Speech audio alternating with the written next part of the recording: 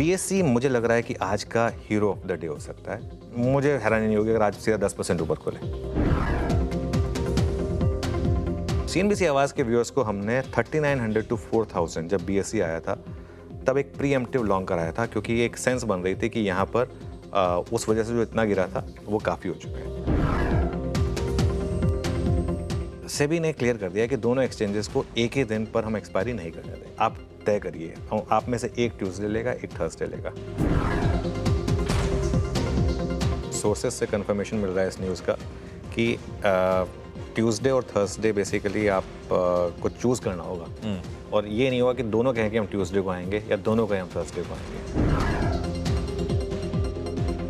आज सुबह आज के बिग स्टॉक्स में स्टॉक पर चर्चा हुई थी और देखिए जहां से ये स्टॉक ओपन हुआ वहां से तेजी की तरफ ही चला है और दिन के ऊपरी स्तरों के आसपास ही कारोबार कर रहा है। ओके, चलिए अब मार्केट के शुरुआत करते हैं। बीएससी आज का hero of the day clearly, लेकिन मार्केट थोड़ा सा अब हल्का पड़ रहा है और ख़ास तौर से निफ्टी पर अब थोड़ा सा प्रेशर आ रहा है। आखिरी का 1.5 घंटा काफ़ी अहम और क्रूशल 1 घंटा आने वाला है आखिरी का। लेकिन एक चीज़ बहुत इंटरेस्टिंग है, अब तक सिर्फ अगर अब तक की बात हो तो निफ्टी ने हायर हाई और हायर लो बनाया। कल का हाई था 23,642, उसके मुकाबले आज 23,649, भले ही 7 पॉइंट से सही, लेकिन हायर हाई बनाया अब तक। कल का लो था 23,412, अभी के लिए हम 23,453 पर, मतलब कल के हाई से ऊपर, कल के लो से ऊपर। तो ये इम्पॉर्टेंट है। अब देखते हैं कि हम क्या वापस कल के हाई को क्रॉस करेंगे या नहीं करेंगे, आज के हाई को रादर क्रॉस करेंगे या नहीं करेंगे इस हाई को। प्लस थोड़ा लॉन्ग वीकेंड है तो इसके लिए थोड़ा सा नर्वसनेस उसकी वजह से शायद रहेगी यहाँ पर, क्योंकि अगला हफ्ता ग्लोबल मार्केट के लिए एक बहुत इम्पॉर्टेंट होने वाला है और 2 अप्रैल इन पर्टिकुलर बहुत स्ट्रॉन्ग, बहुत इम्पॉर्टेंट होने वाला है। लेट्स सी क्या होता है 2 अप्रैल को, और उसके बाद मार्केट पर एक व्यू बनेगा। Shreya, good afternoon. Good afternoon. बिल्कुल, मार्केट पे 1.5 घंटा कैसा रहता है वो देखने वाली बात होगी। मार्केट में डिटेल में आपसे समझूंगी, लेकिन सवाल पहला बीएससी पर। अभी दर्शकों ने प्रोमो भी देखा, बीएससी 16% से ऊपर आज कारोबार कर रहा है, आपके बिग स्टॉक में शामिल था। शानदार एनालिसिस किया आपने। अब क्या भापा आपने कि आज ये शानदार तेजी, इतनी हाई कन्विक्शन कैसे आई आपको बीएससी पर? श्रेया, देखिए इसमें पता है इशू क्या है, मैं आपको बताता हूँ। मैंने एक चीज़ जो कही थी, मैंने ये कही थी कि आज अब चल गया, आज और गैप अप के बाद थोड़ा और चल गया थोड़ा सा, वो अलग बात है, लेकिन 11% गैप अप के बाद और 4% चला है, इसमें कोई डाउट नहीं है। लेकिन जो एक व्यू ये था कि हमने क्योंकि लॉन्ग कराया था 3900 4000 पर, मेरा एक व्यू ये था कि आज आपको जिस रैली में प्रॉफिट बुक करिए, मुझे अभी भी उसमें कोई दिक्कत नहीं है। लेकिन उसके बाद भी जो चला है ना, इसमें एक इंटरेस्टिंग चीज़ है। इसमें एक इंटरेस्टिंग चीज़ ये छुपी है कि इसका मतलब मार्केट कई बार ओवर एक्सट्रीम में ज़्यादा जब गिरा था तो भी बहुत ज़्यादा गिर गया था। तो मार्केट क्लियरली एक व्यू ये ले रहा है कि ये शायद वापस एक गेम चेंजर हो, इस वजह से ये एक इंटरेस्टिंग है। लेकिन अब एक बार बीएससी का ना चार्ट लेकर आइए, इसको पॉइंटर्स को हटा दीजिए, चार्ट पे रखिए इसको ज़रा। 1 महीने में अब करीब 16% के रिटर्न्स हैं जो सारे के सारे आज के आए हैं। लेकिन अगर आप 3 महीने का रिटर्न्स देखेंगे बीएससी का, बॉम्बे स्टॉक एक्सचेंज का, तो अब जाकर वो स्टॉक फ्लैट हुआ है। तो जहाँ से ये स्टॉक गिरा था, ये स्टॉक इस वजह से ही गिरा था ना, क्योंकि ये एक्सपायरी डेट जो एनएसई ने वो की थी, तो उस गिरावट को तो पूरा कर चुका है। इसका जो हाई था, और 6 महीने का अगर चार्ट देखेंगे आप, इसका हाई था करीब 6500 का। मुझे लगता है वहाँ तक जाने में टाइम लगेगा ऐसे। ओके, 6100 के करीब का हाई था, मुझे लगा कि वहाँ तक जाने में ना थोड़ा टाइम लगेगा। आज मुझे लग रहा है कि थोड़ी सी इसमें तेज़ी ज़्यादा होगी, लेकिन तेज़ी इसमें होनी थी। इसमें ना शॉर्ट फंसे हैं बहुत बुरी तरीके से। आई थिंक कल स्पेशली टुवर्ड्स द एंड बहुत लोग शायद इसमें शॉर्ट लेके गए थे कि अभी काफ़ी चल चुका है, बैन में आ जाएगा वापस, उस चक्कर में। लेकिन यहाँ पर इस तरीके में हुआ है। मैं ये ज़रूर कहूँगा कि 11% गैप अप हुआ था। 11% का गैप अप खुलने, क्योंकि 10% तो कोई ले नहीं पाया होगा, 10% तो सर्किट ही खुला, तो उसके बाद 11% पे टेक्निकली फ्रीज खुला। 11% से लेके जो 4.5% का मूव आया, वो मेरे लिए थोड़ा सरप्राइजिंग है, मैं जरूर ऐड करूंगा इसमें। लेकिन खैर, मार्केट का काम है हमें सरप्राइज करना। शॉर्ट पॉइंट ये कि आज बात ये हुई थी कि आज का हीरो ऑफ द डे होगा, और वो हीरो ऑफ द डे बना है, उसमें कोई डाउट नहीं है कि 15.5% के साथ आज का टॉप गेनर है। बिल्कुल, 15.5% के उछाल के साथ BSc hero of the day, और सटीक एनालिसिस, सटीक स्ट्रैटेजीज पे बैठी। मार्केट की बात करते हैं आप, और जैसा कि आप मेंशन करते हैं, हफ्ते का आखिरी कारोबारी दिन, महीने का आखिरी कारोबारी दिन, फाइनेंशियल ईयर का आखिरी कारोबारी दिन, लेकिन अप्रैल सीरीज की शुरुआत हुई है आज और थोड़ा सुस्त मार्केट लग रहा है। 130 अंकों की गिरावट 23,461 के लेवल पर निफ्टी है। बैंक निफ्टी भी देखें, इसमें भी गिरावट देखने को मिल रही है। यहाँ से अब क्या स्ट्रैटेजी रहेगी अप्रैल सीरीज के, एक पूरा ओवरव्यू मैं जानना चाहूँगी आपसे। क्या रणनीति अब निवेशक और इन्वेस्टर्स अपनाएं? देखिए, पहली बात तो यह है कि 23,400 को बचाना ज़रूरी है। 23,453 का आज का लो है। श्रेया, मुझे ना क्या लग रहा है, मुझे ऐसा लग रहा है कि ग्लोबल मार्केट ना 2 अप्रैल के बाद मुझे लग रहा है कि बड़ी रैली दिखाएंगे। मेरी ऐसी फीलिंग है, क्योंकि कई बार देखिए, अगर आप पहले से एक इवेंट को प्रिपेयर होकर जाते हैं ना, तो उसमें शायद कोई बहुत ज़्यादा डरने की ज़रूरत नहीं होती। हर कोई क्यों डरा हुआ है? 2 अप्रैल सब उसी से पहले से डरे हुए हैं। अगर उसमें कुछ बड़ा नहीं आया, कुछ बड़ा आ भी गया, मुझे लग रहा है कि बड़ी रैली हो सकती है। लेकिन 23,400 का बचना ज़रूरी है उसके लिए। अगर 23,400 बचा और अगर आपने 23,650 क्रॉस किया, दोनों ज़रूरी है। 23,400 का बचाना और 23,650 का क्रॉस करना। तब तक क्या करना है? तब तक न्यूट्रल रहिए, कोई टेंशन नहीं है। हमने एक लॉन्ग लिया था, हमने 23,600 बुक किया था, हम तब से साइड लाइन पर बैठे हैं।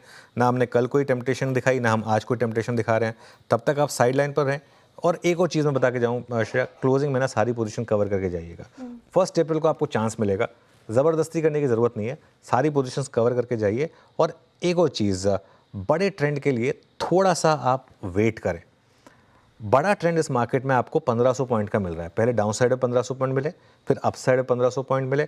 अब चाहे डाउन साइड हो या अप साइड हो, 50 पॉइंट वाली मार्केट के पीछे भाग के तो कोई फायदा नहीं है। 50 पॉइंट आप दोनों तीनों साइड ले लेंगे, इतनी टेंशन लेंगे, क्या फ़ायदा है? वेट करें उस 1000 पॉइंट वाली मूव के लिए। वो आएगा, जल्दी आएगा। आई थिंक 2 अप्रैल के बाद वो मूव आपको देगा मार्केट। वो मार्केट आपको बता के, लिटरली बता के देगा कि ये 1000 पॉइंट का मूव ओपन हुआ है, उसकी वेट करें। अभी मार्केट ने कोई कंफर्मेशन नहीं दिया हमें, तो अभी कोई जल्दबाजी मत करिए। बैंक निफ्टी की जहाँ तक बात है, बैंक निफ्टी अभी भी आउट परफॉर्म कर रहा है। और आप एक और चीज़ नोटिस करिए, अगर मार्केट चला यहाँ से तो लीड बैंक निफ्टी करेगा, क्योंकि ये समीकरण सारे के सारे ऐसे ही बैठे हैं। ये मार्च में भी देखिए आप, सबसे ज़्यादा बैंक निफ्टी ने लीड किया। अभी के लिए बैंक निफ्टी में कोई ट्रेड नहीं है, अभी ट्रेड के लिए आपको थोड़ा इंतजार करना होगा।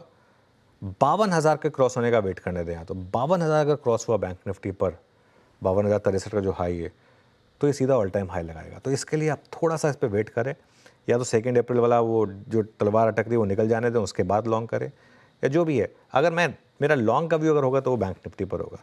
अगर शॉर्टिंग का मार्केट मन बनाएगा तो वो निफ्टी पे बनाएगा। ये इस चीज़ में बहुत क्लियर हो। तो ये फिलहाल रणनीति मार्केट पे निफ्टी और बैंक निफ्टी पे थोड़ा पॉजिटिव नजर आ रहे हैं। लॉन्ग का मन बनाना है तो बैंक निफ्टी ज़्यादा आउट परफॉर्म कर रहा है निफ्टी के कंपैरिजन में। लेकिन इंडसइंड बैंक पर भी एक सवाल है। जिस तरीके से गिरावट आज के सेशन में इंडसइंड बैंक में हमें देखने को मिली, डे लो पे देखिए कारोबार करता हुआ 4% से ज़्यादा के गिरावट के साथ कल इसमें तेज़ी देखने को मिलती। कल हम इनफैक्ट डिस्कस भी कर रहे थे डिटेल में, ये गिरावट क्यों और क्या देख रहे हैं आप इंडसइंड बैंक में अभी? हाँ, ये गिरावट का कारण बहुत सिंपल है। आज मोस्ट लाइकली ऑडिटर को रिपोर्ट सबमिट करनी है जी। वो जो एक्सटर्नल ऑडिटर इन्होंने अपॉइंट किया था, इन्होंने क्या कहा था? इन्होंने कहा था कि हमारी डेरिवेटिव्स पोर्टफोलियो था, उसमें थोड़ी डिस्क्रिपेंसीज आई थी। हमने जो अनुमान लगाया है 2.45% की नेटवर्थ हमारी इरोड हुई है उसकी वजह से। लेकिन हमने एक एक्सटर्नल एजेंसी अपॉइंट की है, वो एक्सटर्नल ऑडिटर हमें बताएगा कि एग्जैक्टली कितना डैमेज है। अब वो 2.5% ही है या नहीं है। अब देखिए, मार्केट को रिस्क इस चीज़ का लग रहा है कि अगर 2.45% का, मैं आपको थ्रेशोल्ड बता देता हूँ, अगर तो 2.45% का बढ़कर अगर 5% के ऊपर निकल गया, तब तो ये स्टॉक प्रीवियस लो को तोड़ेगा और उसके और नीचे जाएगा। अगर लेकिन ये 2.45 या तो 2.45 ही रहे, या मैक्सिमम बढ़ के सपोज करो हो जाए 3.5% तक, अगर इतना हो गया तो वो फिर भाव में है। फिर मुझे लग रहा है कि शॉर्ट कवरिंग भी आ सकती है। लेकिन अगर वो 3.5-4 हुआ तो थोड़ी दिक्कत है। 5 के ऊपर निकल गया अगर, तब तो आप समझ के चलिए कि 606 का लो टूटेगा और स्टॉक और भी नीचे के लो लगाएगा। तब क्या है ना, वैसे भी एक ऐसा स्टॉक है श्रेया जो चलते बाजार में नहीं चला। मतलब इससे पहले जब मार्केट सबसे पहले करेक्शन इसी ने दिखानी शुरू की थी ना, इसका 52 वीक हाई तो लास्ट ईयर अप्रैल में लग गया था। लास्ट ईयर के अप्रैल में इसने 52 वीक हाई लगा दिया था। उसके बाद तो मार्केट अप्रैल से सितंबर तक तो रैली किया था, उसमें बिल्कुल नहीं चला था, बाकी सारे स्टॉक चले थे। तो कुछ हद तक तो मार्केट को रिस्क लग ही रहा था यहाँ पर। तो इसके लिए आई थिंक मार्केट थोड़ा वेट एंड वॉच मोड में है। आज मार्केट देखना चाहेगा, इस पर कोई रिस्क नहीं लेना है। पता है क्यों? दिक्कत यह है कि अगर आप इसमें पोजीशन ले गए और अगर वो उल्टा आ गया आपके अगेंस्ट, एग्जिट नहीं है। फिर मंडे को ये स्टॉक ना सीधा फिर गैप के साथ खुलेगा, गैप अप या गैप डाउन डिपेंडिंग ऑन जो भी ऑडिटर की रिपोर्ट आती है उसके हिसाब से। तो इसके लिए आई थिंक लोग थोड़ा सा संभल कर चल रहे हैं, ये रीज़न है। चलिए आज के ट्रेंडिंग काउंटर्स की बात करते हैं और आज के कार्यक्रम का क्रम भी समझ लेते हैं। बिल्कुल, तो ऑडिट रिपोर्ट में क्या सामने निकल कर आती है बात, उस पर नजर रहेगी। अब ट्रेंडिंग स्टॉक्स की बात करते हैं, शुरुआत करते हैं मंदी के ट्रेंडिंग स्टॉक्स के साथ, क्योंकि बाजार में थोड़ी आज गिरावट देखने को मिल रही है। अभी आपके स्क्रीन पर उन स्टॉक्स के नाम आएंगे जिसमें आज गिरावट है। इंडसइंड बैंक देखिए, अभी चर्चा भी करते 4.5% करेक्ट होकर कर रहा है कारोबार। श्रीराम फाइनेंस में आज मुनाफा वसूली 4% से ज्यादा। विप्रो इनफैक्ट IT पैक ही आज पूरा डेंट पे है, और ऑटो में भी दर्द है आज, तो यहाँ पे भी 2.5% की गिरावट आपको देखने को मिलेगी। महिंद्रा एंड महिंद्रा, कुछ और काउंटर्स जहाँ पे और ये दर्द गहराया है। UPL देखिए लगभग 4% के करीब टूट रहा है। PB फिनटेक, पॉलिसी बाजार 4.5%। IIFL फाइनेंस टूट गया 4% के करीब, और LTI माइंट्री में भी मुनाफा वसूली लगभग 4.25% के करीब देखने को मिल रही है। लेकिन कुछ ऐसे स्टॉक्स और पैक्स जहां पे अच्छी तेजी भी है, उनमें शामिल है ऑयल एंड मार्केटिंग कंपनीज वाले आप स्टॉक्स देखेंगे, उसमें तेजी है। उसमें से एक ONGC लगभग 2.25% की तेजी के साथ कर रहा है कारोबार। टाटा कंज्यूमर देखिए यहाँ पे खरीदारी होती हुई नजर आई। FMCG पैक में भी आज अच्छी तेजी आपको देखने को मिलेगी, 2.5% से ज्यादा तेज होकर कर रहा है कारोबार। इनफैक्ट आप देखिए BSE लिमिटेड, IGL, NHPC, जैसा कि मैं मेंशन कर रही थी, एनर्जी पैक भी तेज है, तो यहाँ पे भी तेजी लगभग 2% के करीब NHPC में। BSE हम बात भी करते 16.25% तेज होकर, और हिंद जिंक में भी आज अच्छी खरीदारी देखने को मिल रही है, 2.5% से ज्यादा। चलिए अब आगे बढ़ते हैं और कार्यक्रम का क्रम समझते हैं। फंडामेंटल राय देने के लिए हमारे साथ मौजूद होंगे आज मोतीलाल ओसवाल के सिद्धार्थ खेमका जी। टेक्निकल कॉल्स लेंगे हम आज राजेश सातपुते, कविता जैन, सोनी पटनायक, रचना वैद्य, स्नेहा सेठ और सोमिल मेहता से। 2:15 पर मिताली बताएंगे आपको कि BSE के शेयर में क्यों है आज जोश। 2:20 पर मार्च ऑटो सेल्स अनुमान लेकर आएंगे यतिन मोता। 2:25 पर होरमास फताकिया बताएंगे आपको निफ्टी में जोमैटो और जियो की एंट्री से कैसे बदलेंगी तस्वीर। 2:30 बजे मैं बताऊंगी आपको जेफरीज अपने इंडिया पोर्टफोलियो में क्या बदलाव किया है जेफरीज ने। साथ ही 2:35 पर मिताली से जानेंगे फाइनेंशियल ईयर 2025 बाजार के लिए कैसा रहेगा। 2:50 पर बिग वॉइस मार्केट में हमारे साथ होंगे एक्सिस सिक्योरिटीज के CIO नवीन कुलकर्णी जी। 3:05 पर यतिन से जानेंगे डीलिंग चेक, और 3:10 पर अनुज जी से कल के लिए लेंगे स्ट्रैटेजी। साथ ही 3:15 पर लेंगे BTST या STBT कॉल्स। ओके, चलिए हमारा पैनल तैयार है और ट्रेड्स की शुरुआत करते हैं। आप सभी को गुड आफ्टरनून। और हमारे पैनल में कुछ 1-2 रेगुलर गेस्ट हैं, वो ऑलरेडी लॉन्ग वीकेंड पर हैं, तो थोड़ा सा आपको पैनल आज थोड़ा बदला हुआ नज़र आएगा। रचना जी गुड आफ्टरनून, बताइए क्या ट्रेड ले रही हैं? Good afternoon. एंड हम ट्रेड लेंगे पॉलिसी बाजार में। पॉलिसी बाजार को हम शॉर्ट करेंगे फ्यूचर्स पे अप्रैल के, और यहाँ पे हम 1585 पे बैठे हुए। हमारा फर्स्ट टारगेट होगा 1560, और उसके बाद अगर डिलीवरी के लिए कैरी करते हैं मल्टीपल डेज के लिए तो इवन 1510 का टारगेट बन सकता है। इसमें स्टॉप लॉस होना चाहिए 1620 पे। पॉलिसी बाजार वायदा का टॉप लूजर लगभग 4% गिर कर रहा है कारोबार। सेल की राय आती हुई रचना जी की तरफ से। राजेश सातपुते जी गुड आफ्टरनून, आप क्या पिक कर रहे हैं आज के सेशन के लिए? Very good afternoon Shreya, good afternoon Anuj ji, and good afternoon everyone. Shreya देखिए, शॉर्ट साइड का ट्रेड होगा, वो रहेगा LTI माइंट्री। एक बहुत ही वीक कैंडिडेट है ये, पुल बैक पे भी सस्टेन नहीं होता, अपने 10 और 20 डे में के क्लस्टर पे भी ये इमीडिएटली शाय करता है, तो मुझे लगता है कहीं ना कहीं यहाँ से ये घूमेगा यानी टूटेगा। LTI माइंट्री से सेल 4600 के आसपास का स्टॉप लॉस लगा है मेरा। इसका टारगेट करीबन 4300 से 4250 है।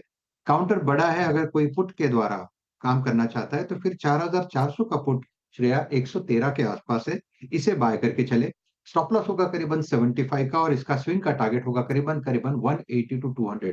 तो एक बड़ा स्विंग मुझे लगता है इस पुट पे भी मिल सकता है, और सेफ्टी भी मिलेगी वोलेटिलिटी के against. So LTI Mindtree is a sell. LTI is a sell, ये होगी राजेश जी की तरफ से trade. Soni ji good afternoon, आपकी ट्रेड? Good afternoon everyone. मेरा यहाँ पे सेल रिकमेंडेशन है इन्फोसिस पे।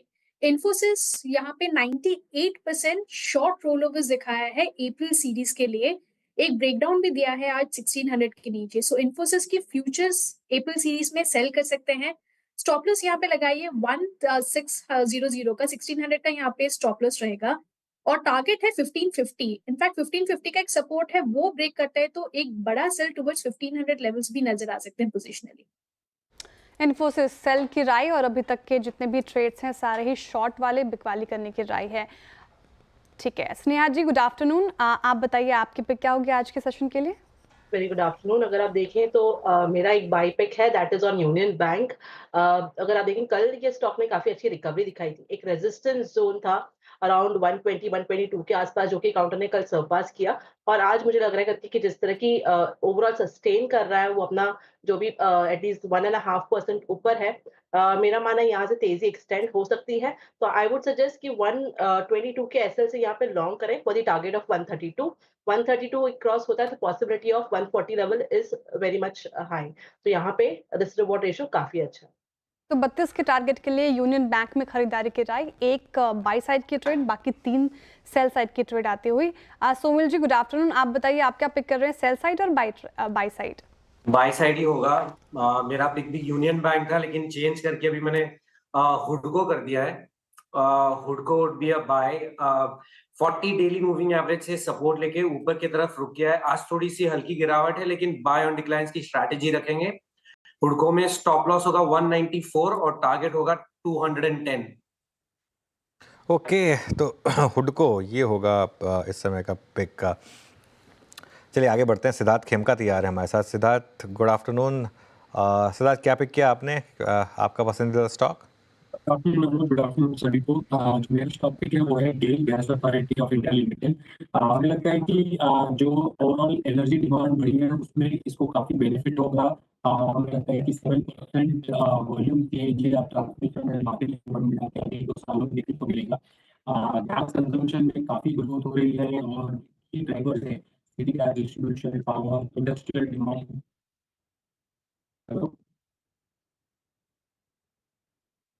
कोई तकनीकी जी तो बोलो ना यार मयूर तुम। और जो वैल्यूएशन है स्टॉक गिरने के बाद अच्छी अट्रैक्टिव वैल्यूएशन पे आ गई थी। डिविडेंड यील्ड भी काफी अच्छी है, तो रेकमेंड करेंगे बाय कीजिए गेल। टारगेट प्राइस रहेगा 195।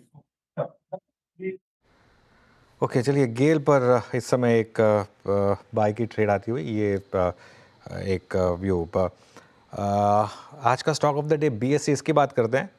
पहले समझ लेते हैं कि क्या हुआ एग्जैक्टली और उसके बाद एक व्यू भी लेंगे इसके ऊपर। पहले चलते हैं मिताली के पास और समझते हैं कि आज क्यों बना hero of the day. Mitali ji, तो सेबी ने आज एक्सपायरी डे के दिन ही कंसल्टेशन पेपर जारी किया है जहां उन्होंने एक्सपायरी डे को चूज़ करने के लिए फीडबैक मांगे हैं। सेबी का कहना है कि आइदर ट्यूसडे या थर्सडे, ये 2 ही दिन अब एक्सपायरी के लिए रखे जाएंगे और सेबी ने 17 अप्रैल तक यहाँ से फीडबैक लोगों से मांगे हैं। इसके बीच एनएसई जो है उसके लिए एक प्रॉब्लम खड़ी हो सकती है, क्योंकि एनएसई ने अपने एक्सपायरी डे को थर्सडे से मंडे शिफ्ट करने के लिए यहाँ पे एक योजना बनाई थी और अभी उन्होंने ये जो प्रस्ताव था इसे बोला है कि अभी वो डेफर कर रहे हैं अंटिल फर्दर नोटिस। और अब यहाँ उन्होंने देखना होगा कि जो उनकी मंडे की एक्सपायरी थी वो अब क्योंकि लागू नहीं हो पाएगी, तो कौन सा एक्सपायरी डे अब वो चुनेंगे। तो बीएससी और एनएसई के बीच ये एक इंपॉर्टेंट नोट करने लायक चीज़ थी यहाँ पे। इसके अलावा आईएफएल सिक्योरिटीज़ ने भी बीएससी के लिए एक अपसाइड रेटिंग दी है। उन्होंने टारगेट दिया है 6200 रुपीज़ का, यानी कि कल के क्लोजिंग से देखें तो 32% का अपसाइड मूवमेंट, लेकिन आज के ही सत्र में देखें तो 15 से 16% की हमें अपसाइड मूव बीएससी में देखने को मिली है। एनआईसी की जो एक्सपायरी दिन में बदलाव की योजना थी उससे टलने से बीएससी को यहाँ पे फायदा नजर आ सकता है। मार्केट शेयर में भी हमें इसकी उछाल देखने को मिल सकता है। FY26 तक बीएससी का जो मार्केट शेयर है वो बढ़ भी सकता है, ऐसा आईएफएल का कहना है। और FY26 और 27 में जो ट्रेडिंग वॉल्यूम्स है वो अनुमान लगाया जा रहा है कि 33% से 38% तक रहने की संभावना है। साथ ही FY25 से FY27 के बीच जो ईपीएस ग्रोथ है वो माना जा रहा है 32% CAGR से बढ़ने की यहाँ पे उम्मीद जताई गई है। और आईएफएल सिक्योरिटीज जो उनका फेयर वैल्यू था पहले 5000 था, अब इसे रिटरेट करके बाय रेटिंग दी है 6200 की। एक और इंटरेस्टिंग फैक्ट आपको बताना चाहेंगे कि बीएससी का जो मार्केट शेयर है, इनके इंडेक्स ऑप्शन प्रीमियम में हम देखें तो प्रीमियम टर्नओवर जो अक्टूबर से कंपेयर करेंगे तो 13% का मार्केट शेयर बीएससी का था, वहां से बढ़ के नवंबर में और दिसंबर में 16% हुआ। जनवरी फरवरी मार्च तक की आता आता 20 से 22% हो गया है। यहाँ पे देखिए मार्च में 22% का मार्केट शेयर बीएससी का हो गया है। एनएससी और बीएससी के कंबाइंड प्रीमियम टर्नओवर की इंडेक्स ऑप्शन की हम बात करें तो, और सारे ही ब्रोकरेजेस यहाँ पे काफी बुलिश नजर आ रहे हैं कि मार्केट शेयर जो बीएससी का है वो ऐसे ही बढ़ता हुआ नजर आएगा। तो ये था जिसके कारण आज बीएससी में हमें काफी ज्यादा उछाल देखने को मिला है। बिल्कुल, काफ़ी उछाल देखने को मिला। शुक्रिया मिताली। एक बार सिद्धार्थ जी इस पर व्यू हो जाए बीएससी पर। ओके, कुछ दिक्कत आ रही है वहाँ पर, रिकनेक्ट कर दें। राजेश सतपथी जी, BSE का चार्ट देखिए, क्या वापस ऑल टाइम हाई की तरफ जाने की उम्मीद? डेफिनेटली पूरे पूरे चांसेस है। देखिए आज एक्सपायरी का पहला दिन है और ओपन इंटरेस्ट भी बढ़ा है, प्राइस तो डेफिनेटली हाईएस्ट लेवल पे खड़ा है। तो मुझे लगता है ये जो इसका रेजिस्टेंस दिखता है, अगर आप डेली चार्ट भी देखें अनुज जी, तो यहाँ पे रेजिस्टेंस दिखता है करीबन 5,800 से लेके 5-6 हज़ार का। तो कहाँ कहीं ना कहीं लगता है कि स्लाइटली ओवरबॉट है, लेकिन जिनके पास पोजीशन है उनके लिए तो डेफिनेटली होल्ड साइड का ही कॉल रहेगा। आप होल्ड रखें 5,200 के स्टॉप लॉस के साथ, जैसे हमने कहा 5,800 प्लस का टारगेट लेके काम होगा। ठीक है, बीएससी पे आप होल्ड कर सकते हैं, लॉन्ग बनने की सलाह है फिलहाल। कल के सत्र में पीएसयू बैंक में अच्छी खासी तेजी देखने को मिल रही थी। आज देखिए प्राइवेट बैंक भी फोकस में, Kotak Mahindra bank day high के आसपास कारोबार करता हुआ, आईसीआईसीआई बैंक देखिए ये भी डे हाई के आसपास फिलहाल जाता हुआ। In fact HDFC bank, axis bank में भी अच्छी तेजी देखने को मिल रही है। कोटक महिंद्रा बैंक, रचना जी मैं आपसे जानना चाहूँगी, जिस तरीके से मूवमेंट इसने आज के सत्र में दिखाया, इनफैक्ट प्राइवेट बैंक में अच्छी तेजी देखने को मिल रही है, जिनके पास है वो फिलहाल बरकरार रखे, और जो चाह रहे हैं फ्रेश बाइंग करना, जिस तरीके से पिछले हफ्ते भी हमने प्राइवेट बैंक्स में एक रैली देखी, उनको क्या सलाह रहेगी? जी, कोटक बैंक में chart is very very good and यहाँ पे सलाह यही होनी चाहिए कि अगर पोजीशन नहीं बनाई है तो बना भी सकते हैं, और अगर बनी हुई है तो यहाँ पे कंटिन्यू करना चाहिए पोजीशन को। ये काउंटर ने अच्छे खासे 3 दिन के पुल बैक के बाद एक बहुत ही बढ़िया गैप अप के साथ टर्न दिया है, और ये अपसाइड पे फ्यूचर्स के हिसाब से बात करें तो 2230 तक जा सकता है। तो यहाँ पे करीब करीब 30 रुपीज के एसएल के साथ अगर आप पोजीशन बनाएंगे तो 60 रुपीज जितना अपस्विंग पॉसिबल है। बिल्कुल। और कोटक का हमने हफ्ते के शुरू में शेयर लिया था स्पॉटलाइट में, और आई थिंक पिछले हफ्ते भी 1-2 बार स्पॉटलाइट में आया था, और लगातार बात हुई थी कि अब यहाँ पर फंस गए हैं शॉर्ट सेलर्स, और अब ये यहाँ पर रुकने वाला नहीं है। थोड़ा लंबा चार्ट रखिए इसका ज़रा, सिर्फ आज का नहीं, ताकि पता चले कि जो बात हो रही है। 1 महीने में करीब अब 14% के रिटर्न्स यहाँ पर कोटक महिंद्रा बैंक में। और जब मैं कहता हूँ ना रिलेटिव स्ट्रेंथ, अगर आप एक सिर्फ रिलेटिव स्ट्रेंथ की बास्केट का पोर्टफोलियो बना लें, जैसे कोटक हो गया, आपका इंटरग्लोब एविएशन हो गया, आपका इंडियन होटल्स हो गया, ऐसे 5-6 नाम मैं आपको गिना सकता हूँ। मैं नोट डाउन कर रही हूँ। नहीं मतलब थोड़ी सी मेहनत तो खैर बाकी लोगों को भी करनी होगी। बेसिकली जो गिरावट में नहीं गिरे, और ऐसे स्टॉक्स या तो गिरावट में नहीं गिरे, या जिन्होंने पहले अपना ऑल टाइम हाई लगाया, आई थिंक उन पर फोकस करें बेसिकली। अभी भी मैं लोगों को ये बोलता हूँ कि मार्केट आगे क्या करेगा क्या नहीं करेगा हमें नहीं पता, लेकिन हमको एक चीज़ जो थोड़ी सी कॉन्फिडेंस दे रही है वो ये कि ऐसे स्टॉक्स में अगर आप रहेंगे तो इवन अगर बेयर मार्केट में आपका पैसा थोड़ा टूटेगा, पहली बार तो कम टूटेगा, लेकिन थोड़ा टूटेगा, लेकिन उसके बाद ज़्यादा रिटर्न्स आपको मिलेंगे। एक और स्टॉक इसी में ऐड कर देता हूँ, HDFC बैंक का। हालांकि शायद उस लीग में नहीं है जिसमें कोटक महिंद्रा बैंक है, उतनी स्ट्रेंथ HDFC बैंक में नहीं है, लेकिन ये एक और स्टॉक होगा। देखिए ये आज का मूव है, 1 महीने का करीब 6%, और 3 महीने का और 6 महीने का और देख लेते हैं HDFC बैंक का। क्योंकि क्या होगा ना, एटलीस्ट आपका वो जो पोर्टफोलियो कईयों का 30-30, 40-40% टूटा होगा बेयर मार्केट में, वो नहीं करेगा ये, कम से कम एटलीस्ट उस चीज़ का आपको कंफर्ट रहेगा। तो ऐसे चीज़ों पे आप चाहें तो फोकस कर सकते हैं। चलिए अब ऑटो सेल्स की बात करते हैं। जब हम इस लॉन्ग वीकेंड के बाद वापस आएंगे तो सबसे इम्पॉर्टेंट डेटा पॉइंट 1 अप्रैल को वही होगा। 1 और 2 अप्रैल के बीच में इंडस्ट्री के सारे डेटा पॉइंट्स आ जाएंगे। यतिन से जानते हैं कि क्या एक्सपेक्ट करें हम इस बार ऑटो सेल्स से। Yatin, good afternoon. Good afternoon. और इस बार थोड़ी ऑटो सेल्स स्पीड बम्प के थ्रू गुजरेगी, खास एक्सपेक्ट नहीं कीजिए मार्च के महीने में। इनफैक्ट मार्च के महीने में जब कमर्शियल व्हीकल सेल्स की बिक्री थोड़ी होती है, यहाँ भी आपको थोड़ा धीमापन देखने को मिल रहा है। 4 व्हीलर और 2 व्हीलर सेल्स में भी रिटेल लेवल पे थोड़ा बहुत स्लो डाउन देखने को मिल रहा है। स्पेसिफिकली अगर हम ट्रैक्टर सेल्स की बात करें तो यहाँ नंबर्स ठीक ठाक रहने चाहिए। और अब अनुमान पे आएंगे अगर, तो कमर्शियल व्हीकल प्लेयर्स दोनों ही की बिक्री आपको ढीली होती हुई दिखाई देगी। इनफैक्ट अशोक लेलैंड की बात करें तो बिक्री लगभग 2% गिरनी चाहिए, और उसी तर्ज पे टाटा मोटर्स के ओवरऑल सेल्स में भी आप 8% का डिक्लाइन एक्सपेक्ट कीजिए। टाटा मोटर्स का जहां तक की नंबर है वो एक्सपेक्ट कीजिए लगभग 85,500 यूनिट्स के आसपास, जो पिछले साल लगभग 92,000 के ऊपर थे। मारुति की बात करें तो नंबर्स ये टाइम एक्सपोर्ट मार्केट्स से सपोर्टेड रहेंगे, ऑर्डर बुक के सपोर्टेड रहेंगे, और कुल बिक्री 2 लाख यूनिट के आसपास होने का अनुमान है। लगभग 7% की ग्रोथ यहाँ देखने को मिलेगी। हालांकि Hyundai मोटर्स की बिक्री थोड़ी बहुत धीमी रही है और धीमी हो रही है। इनफैक्ट 12% का डिक्लाइन यहाँ देखने को मिलेगा। हालांकि महिंद्रा एंड महिंद्रा ऑटो और ट्रैक्टर दोनों ही नंबर्स अच्छे रहने चाहिए। 10% की ग्रोथ आप एक्सपेक्ट कीजिए ऑटोमोटिव सेगमेंट की, और लगभग 18 से 20% ट्रैक्टर बिक्री बढ़ने का अनुमान है। टू व्हीलर्स पे आते हैं, जहां बजाज ऑटो के नंबर्स बिल्कुल ही फ्लैट रहेंगे। एक्सपोर्ट मार्केट्स जो है वो ठीक ठाक नहीं है, जिसके कारण नंबर्स थोड़े बहुत ढीले लगेंगे। आयशर मोटर्स, रॉयल एनफील्ड एक चमकता सितारा है। इस बार भी लगभग 26% की ग्रोथ एक्सपेक्ट कीजिए आयशर मोटर्स के रॉयल एनफील्ड सेल्स में, जो कि 95,000 यूनिट्स के आसपास एक्सपेक्टेड है। और हीरो मोटोकॉर्प और TVS Motors single digit growth रहेगी। हीरो मोटोकॉर्प का नंबर लगभग 5 लाख यूनिट के आसपास एक्सपेक्ट कीजिए, और टीवीएस मोटर्स का लगभग 4 लाख यूनिट्स के आसपास की बिक्री का अनुमान रहेगा। ओके, चलिए शुक्रिया यतिन। तो आयशर मोटर्स के लिए पिछले 2-3 महीनों का स्टार इस बार भी शायद स्टार परफॉर्मर ही रहे। सिद्धार्थ जी, ऑटो शेयर्स, 2 पार्ट क्वेश्चन। पहले तो ओवरऑल व्यू क्या है, और सेकंड जो आज जिस तरीके से महिंद्रा एंड महिंद्रा ने रिएक्शन दिखाई, एक बार महिंद्रा एंड महिंद्रा का चार्ट देखते हैं, इस पर क्या व्यू होगा आपका? वो जो एक BYD के आने का रिस्क के चक्कर में स्टॉक गिरा, हालांकि रिकवरी हुई लोअर लेवल से। जी देखिए, बिल्कुल ग्लोबल एक न्यूज़ फ्लोज कंसिस्टेंटली चल रहे हैं ऑटो सेक्टर में। और अगर आप डोमेस्टिक सेक्टर की बात भी करें, डोमेस्टिक डिमांड काफ़ी वीक रही है ऑटो एज अ होल।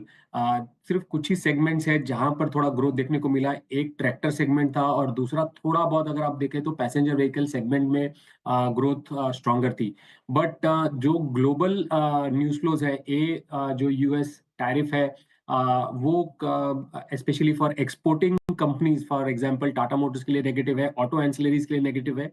और दूसरे साइड में जो फॉरेन कंपनीज की एंट्री, वहां पर टैक्स कम करने की जो बात कर रही है, चाहे वो टेस्ला की एंट्री हो, चाहे वो चाइनीज प्लेयर्स जो ईवी में काफी लार्ज प्रेजेंस है, उनकी एंट्री हो, जिसकी वजह से डोमेस्टिक कॉम्पिटिटिवनेस काफी बढ़ेगी।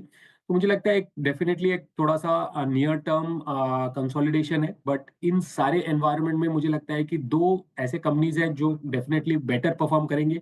एक है M&M, जिसका लार्ज बिजनेस ट्रैक्टर से आता है, और वहां पर बहुत ज्यादा कंपटीशन नहीं है। इंडस्ट्री को काफी बेटर आउट परफॉर्म कर रहे हैं, मार्केट शेयर भी गेन कर रहे हैं, और इस साल भी अच्छी ग्रोथ होने की एक्सपेक्टेशन है। उसके साथ ही न्यू मॉडल्स हैं, जो ईवीज लॉन्च किया उन्होंने, वहां पर भी अच्छी डिमांड है। तो जो प्रेफरेंस रहेगा वो M&M की तरफ रहेगा।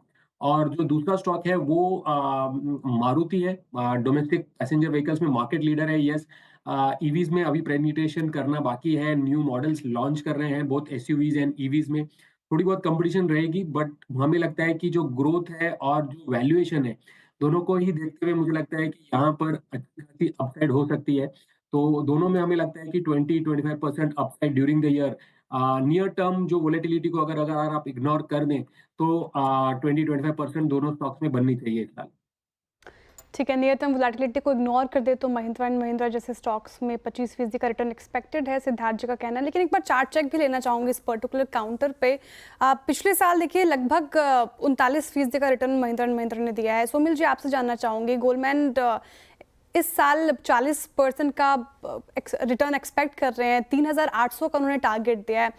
क्या लग रहा है आपको, ये टारगेट मीट कर पाएगा? चार्ट्स पे कैसे प्लेस्ड है महिंद्रा एंड महिंद्रा? सोमिल जी, आप म्यूट पर हैं। सॉरी मेरा व्यू थोड़ा सा नेगेटिव है इस स्टॉक पे। यहाँ पे 200 डेली एक्सपोनेंशियल मूविंग एवरेज के वहां पर 2-3 बार ऑलरेडी रेजिस्टेंस ले चुके हैं लास्ट 3 या 4 महीने में, कपल ऑफ मंथ्स में। और यहाँ से मुझे लगता है कि नेक्स्ट लेग नीचे में शुरू हो गया है, और 2550 का नेक्स्ट टारगेट होगा in the short term outlook. In the medium term outlook मुझे लगता है कि 2400 तक ये जा सकता है। ओके, चलिए, तो ये इस समय व्यू एक आपके लिए महिंद्रा एंड महिंद्रा पर। मार्केट में रिकवरी आ रही है लोअर लेवल से, इनफैक्ट अच्छी रिकवरी आई है, और निफ्टी अब सिर्फ और सिर्फ 40 पॉइंट रेड में रह गया। तो श्रेया, एक चीज़ मैं कहूँगा, यहाँ पे भी बंद हो गए तो अच्छी क्लोज होगी, क्योंकि इसका मतलब ये होगा कि आपने फिर एक कंफर्मेशन मिल जाएगा कि तो 3 दिन का लोअर हाई का पैटर्न बन रहा है वो चेंज हो गया। 7 पॉइंट से ही सही, हाई तो हायर बनाया ही है, और लो तो अगर 23,412 का था तो उसके मुकाबले थोड़ा सा बेटर ही होगा लोग। बिल्कुल, ये इस लेवल को वॉच करना होगा, 23,400 का इंपॉर्टेंट लेवल वो नहीं टूटना चाहिए। चलिए अब कुछ और स्टॉक्स की बात करते हैं जिनकी एंट्री हुई है निफ्टी में। देखिए, जियो फाइनेंशियल और जोमेटो की एंट्री से निफ्टी की सूरत बदल गई है। लगातार हम इस पर चर्चा भी कर रहे हैं, लेकिन नई एंट्री से शेयरों को फायदा होगा या नुकसान? साथ ही निफ्टी में एंट्री और एग्जिट करने वाले पुराने खिलाड़ियों का क्या हुआ हाल? ये खास रिसर्च लेके हमारे साथ मौजूद है हुरमास फताकिया जी। हुरमास जी, बताइए क्या है रिपोर्ट? निफ्टी की सूरत तो बदली है जैसे आपने कहा, और आज जियो फाइनेंशियल और जोमेटो दोनों की एंट्री हुई है निफ्टी में। तो पहले उन्हीं की बात कर लेते हैं कि निफ्टी में आने से पहले ये जो हम रिटर्न्स बताने जा रहे हैं, ये इंडेक्स में आने के बाद और इंडेक्स में से जाने के बाद के दरमियान के रिटर्न्स है। तो और BPCL और ब्रिटानिया आज बाहर हुए हैं निफ्टी से।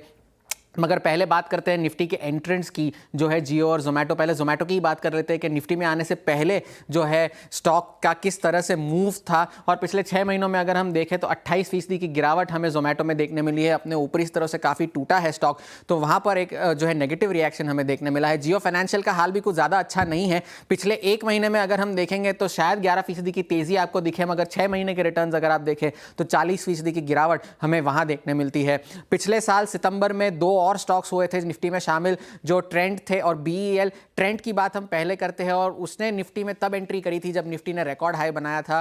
तब से जाकर निफ्टी भी गिरा है, ट्रेंड भी गिरा है। 31% की गिरावट हमें पिछले 6 महीनों में देखने मिली है। BEL PSU शेयरों में जो रिकवरी हुई है BEL का, उसको भी नतीजा देखने मिल रहा है। पिछले 6 महीनों में अगर आप देखें तो 3% की बढ़त हमें देखने मिल रही है, जबकि निफ्टी में शामिल होने के 1 महीने के बाद BEL भी in line with the Nifty 8% गिरा भी था। आप बात करते हैं थोड़ा सा और पीछे अगर हम चले तो श्रीराम फाइनेंस, जो कि आज ही के दिन पिछले साल निफ्टी में शामिल हुआ था और तब से लेकर अच्छे रिटर्न्स दिए हैं श्रीराम फाइनेंस ने। निफ्टी में शामिल होने के 6 महीने के बाद ही 52% के रिटर्न्स श्रीराम फाइनेंस ने दिए थे। सो ये एक अच्छा परफॉर्मर रहा है निफ्टी में शामिल होने के बाद। थोड़ा सा और अगर हम पीछे चले तो निफ्टी में शामिल कुछ और स्टॉक्स भी हुए थे, जिसमें एक LTI माइंट्री था, जिसका सफ़र जो है निफ्टी में बहुत कम रहा। निफ्टी में रहते रहते तो इसका सफ़र थोड़ा, रिटर्न्स अच्छे थे। 6 महीने में 30% के रिटर्न्स देखने मिले थे निफ्टी में शामिल होने के बाद, मगर पिछले साल ही उसकी निफ्टी से विदाई भी हो गई थी, जिसके बारे में हम बात करेंगे कुछ देर में। मगर आगे अगर हम बढ़े तो अडानी एंटरप्राइजेस एक और ऐसा स्टॉक था जो निफ्टी में शामिल हुआ था, दूसरा अडानी ग्रुप स्टॉक जो निफ्टी में है।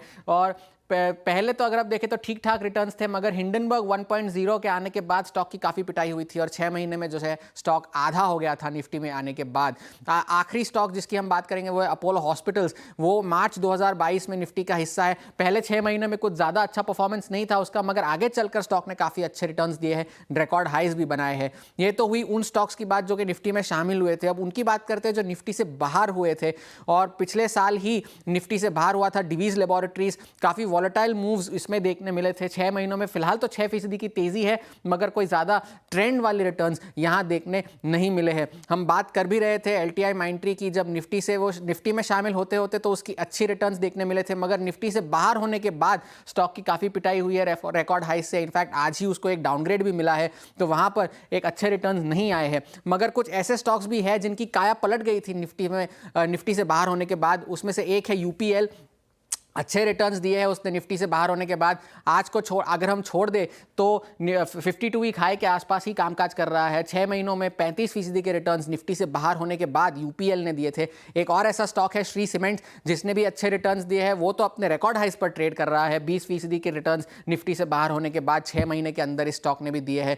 और आखिरी स्टॉक जिसकी हम बात करेंगे वो है इंडियन ऑयल कॉर्पोरेशन। निफ्टी से बाहर होने के बाद इसने कोई खास रिटर्न्स नहीं दिए। 6 महीनों में 17% की गिरावट हमें देखने मिल रही है। तो कई फायदा है, कई नुकसान है, मगर जोमेटो और जियो फाइनेंशियल पर अब नजर बनाए रखने की जरूरत होगी कि वो निफ्टी की सूरत किस तरह से बदलते हैं। हुरमास, आप बचपन में बहुत पढ़ाकू स्टूडेंट थे क्या? बहुत अच्छे मार्क्स आते थे? इतने सारे स्टॉक आपको याद थे ना? आप कोई मोबाइल पे लिख के लाए ना, आप कुछ प्रिंट आउट लेके आए? एक के बाद एक आप ग्राफिक को मैच करते हुए बोलते चले गए। मैं सोच रहा हूँ कब हुरमास रुकेंगे कि थोड़ा सा रुकूं कि याद कर लूँ कि अब अगला स्टॉक कौन सा था। नहीं, प्रोड्यूसर्स पे भरोसा था, उन्हें पता था कौन सा ऑर्डर फॉलो करना है, और पहले भी ये कर चुके थे, तो थोड़ी सी जो है ऑर्डर थोड़ा सा याद रह गया। तो ये देखिए हुरमास ने नंबर बना लिया प्रोड्यूसर्स के साथ, प्रोड्यूसर्स पे भरोसा था। लेकिन चलिए खैर, वैसे बहुत बहुत शुक्रिया। ये सारे के सारे स्टॉक्स तो बेसिकली नेट कोई ट्रेंड नहीं है, लेकिन कुछ स्टॉक्स हैं जो एग्जिट के बाद बॉटम आउट हो जाते हैं। ये फिर भी काफ़ी हद तक साइन है कि एग्जिट के बाद बॉटम आउट जरूर हो जाते हैं स्टॉक, ये आप मान के चलें। तो थैंक यू हरमाज। सिद्धार्थ जी, इस लॉजिक से क्या BPCL बॉटम आउट हुआ? बिल्कुल। देखिए, ओवरऑल अगर आप देखें तो नॉट ओनली जो इंडेक्स का एंट्री और एग्जिट को आप बॉटम समझे, बट जो ओवरऑल मार्केट में चल रहा है, क्रूड ऑयल प्राइसेस जो लास्ट एक क्वार्टर से गिरे हैं, और जो ग्रॉस रिफाइनिंग मार्जिन है वो काफी बढ़कर आई है Q4 में। हमें लगता है कि नंबर्स काफी स्ट्रांग आएंगे, तो हमारा व्यू यही है कि जो ऑयल मार्केटिंग कंपनीज है, स्ट्रॉन्ग क्वार्टरली नंबर्स आएंगे Q4 में। तो HPCL, BPCL, ये और इंडियन ऑयल, ये तीनों पे ही हमारा व्यू पॉजिटिव है। जो आगे चलकर भी जो एस्टिमेट्स है, वहां पर भी एक अपसाइड रिस्क होता है, जहां पर बिकॉज ऑफ जो हमने एस्टिमेट लिया है वो कहीं ना कहीं 3-3.5 रुपए लिया है, और अभी जो चल रहा है वो 5-6 रुपए चल रहा है ग्रॉस रिफाइनिंग मार्जिन पर लीटर। तो उसको देखकर लगता है कि अपसाइड जो after the results also analyst upside revision करें एस्टिमेट्स में और टारगेट प्राइस में, जिसकी वजह से इन स्टॉक्स पर पॉजिटिव व्यू बना के चल सकते हैं।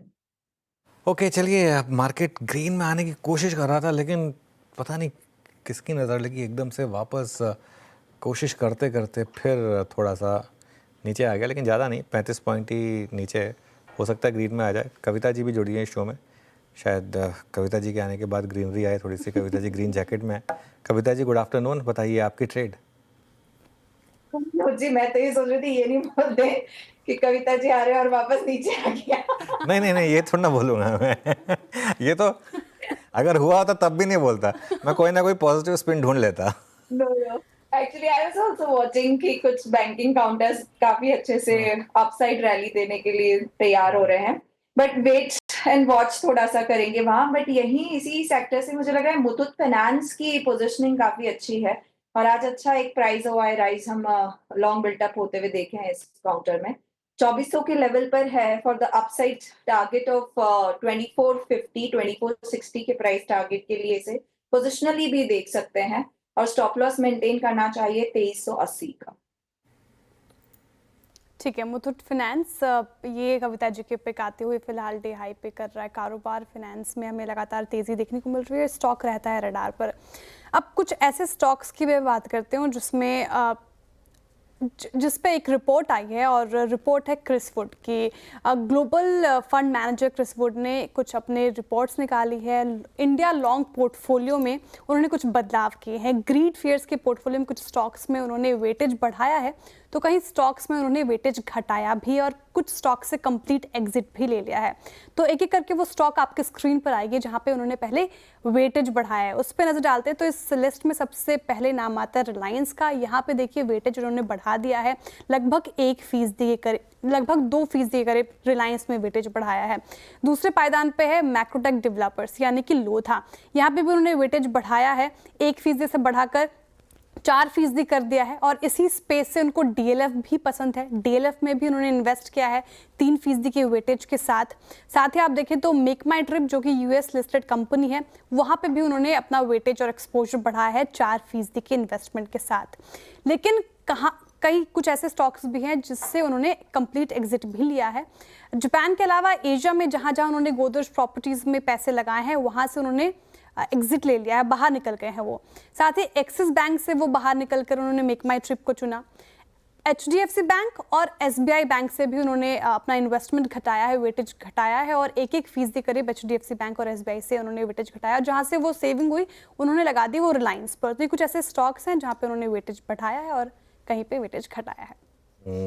ओके, रिलायंस में वेटेज बढ़ाया है इन्होंने, और स्टैंडर्ड डिस्क्लेमर आएगा आपकी स्क्रीन पर। हालांकि ये खैर ये तो बिल्कुल इंडिपेंडेंट एक ब्रोकरेज व्यू है, लेकिन ये स्टॉक भी काफ़ी रेडार पर रहा है पिछले कुछ दिनों में। अच्छा, एक बार सिद्धार्थ जी से बात कराइए वापस। Siddharth ji, as a fund manager IndusInd bank पर आप क्या व्यू लेंगे?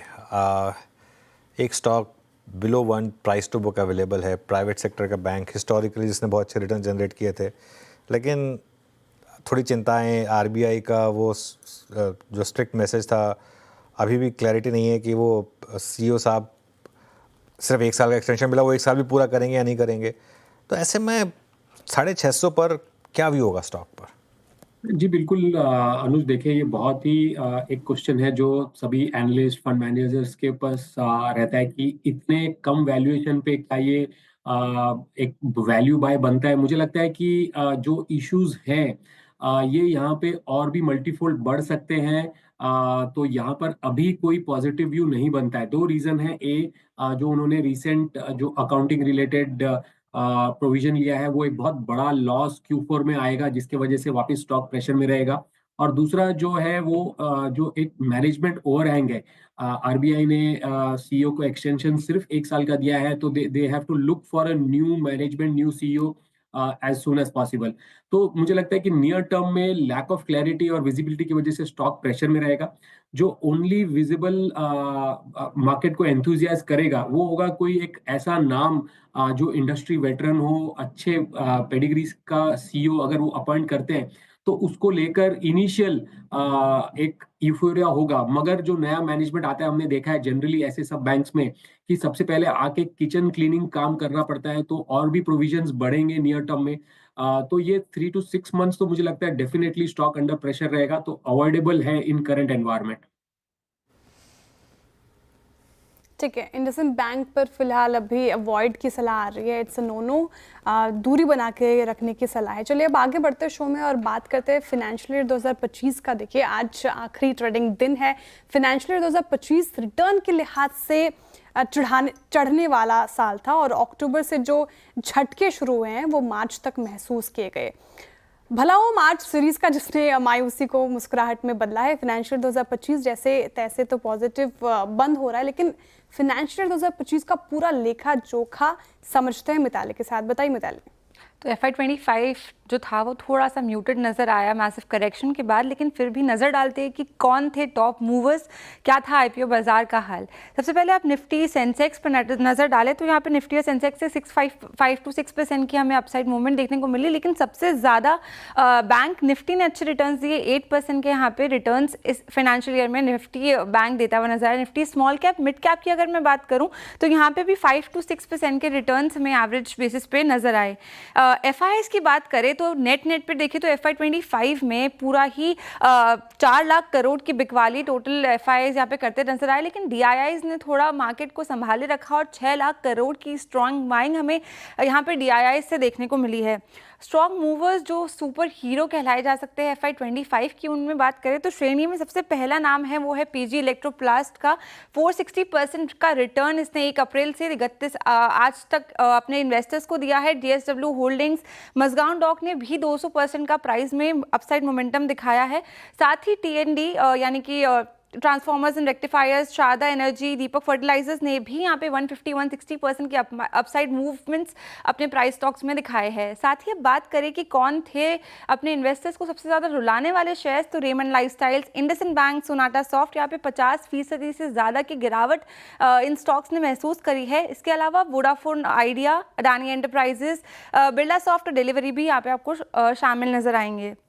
कल जैसे रीबैलेंसिंग थी तो सेमी एनुअली रीबैलेंसिंग होती है। इससे पहले सितंबर 2024 में जो रीबैलेंसिंग हुई थी वहाँ पे निफ्टी 50 में हमें BEL और ट्रेंड आते हुए नजर आए थे। साथ ही डीवी स्लैब और LTI माइंड्री यहाँ से विदाई लेते हुए नजर आए थे सितंबर 2024 में। लेकिन मार्च 2025 की हम बात करें तो जोमेटो और जियो फाइनेंशियल ने निफ्टी 50 में एंट्री मारी है और साथ ही BPL और ब्रिटानिया, BPCL और ब्रिटानिया आपको यहाँ से निफ्टी 50 से आउट होते हुए नजर आए। अब बात करें IPO मार्केट की तो IPO मार्केट का जो मेन बोर्ड था 82 कंपनीज ने यहाँ पे IPOs इशू किए और 2.27 लाख करोड़ के फंड्स यहाँ पे रेज होते हुए नजर आए। SME IPOs भी तगड़े थे, 242 के आसपास SME IPOs लिस्ट हुए और काफ़ी बड़ा अमाउंट यहाँ पे SME IPOs ने भी लिस्ट किया, यहाँ पे रेज किया है। सबसे बड़े लिस्टिंग गेन्स कहाँ पे देखने को मिले उनकी बात करें तो विभोर स्टील ट्यूब्स यहाँ पे 196% का लिस्टिंग गेन देखने को मिला। साथ ही BLS e services, Mamata machinery, Bajaj housing, KRN heat exchanger यहाँ पे देखिए 120 से 180% तक के भी लिस्टिंग गेन आपको देखने को मिले। इन IPOs में से कहाँ चली बाजी उसकी बात करें तो KRN हीट एक्सचेंजर अपने लिस्टिंग गेन के बाद 300% का रिटर्न अपने इन्वेस्टर्स को देता नजर आया। ज्योति CNC, भारती हेक्साकॉम 155-220% के यहाँ पे आपको रिटर्न देखने को मिले। अब बजाज हाउसिंग और ओरिएंट टेक भी यहाँ पे लिस्ट में आपको शामिल नज़र आया है प्रीमियर एनर्जी के साथ। लेकिन 5-6 स्टॉक्स ऐसे भी है जहाँ बड़े बड़े हमें डाउनसाइड मूवमेंट इनके प्राइस ट्रेंड्स में नज़र आए, जिसमें popular vehicles, Godavari bio refineries, करारो India, western carriers शामिल है। यहाँ पे देखिए 50 to 70% के डाउनसाइड प्राइस मूवमेंट्स देखने को मिले। तो ये था FY25 का पूरा लेखा जोखा। आगे आने वाला FY26 क्योंकि मंगलवार से शुरुआत हो रही है उसकी, तो हम चाहते हैं कि हमारे दर्शकों के लिए पूरा FY26 काफ़ी मंगलमय रहे।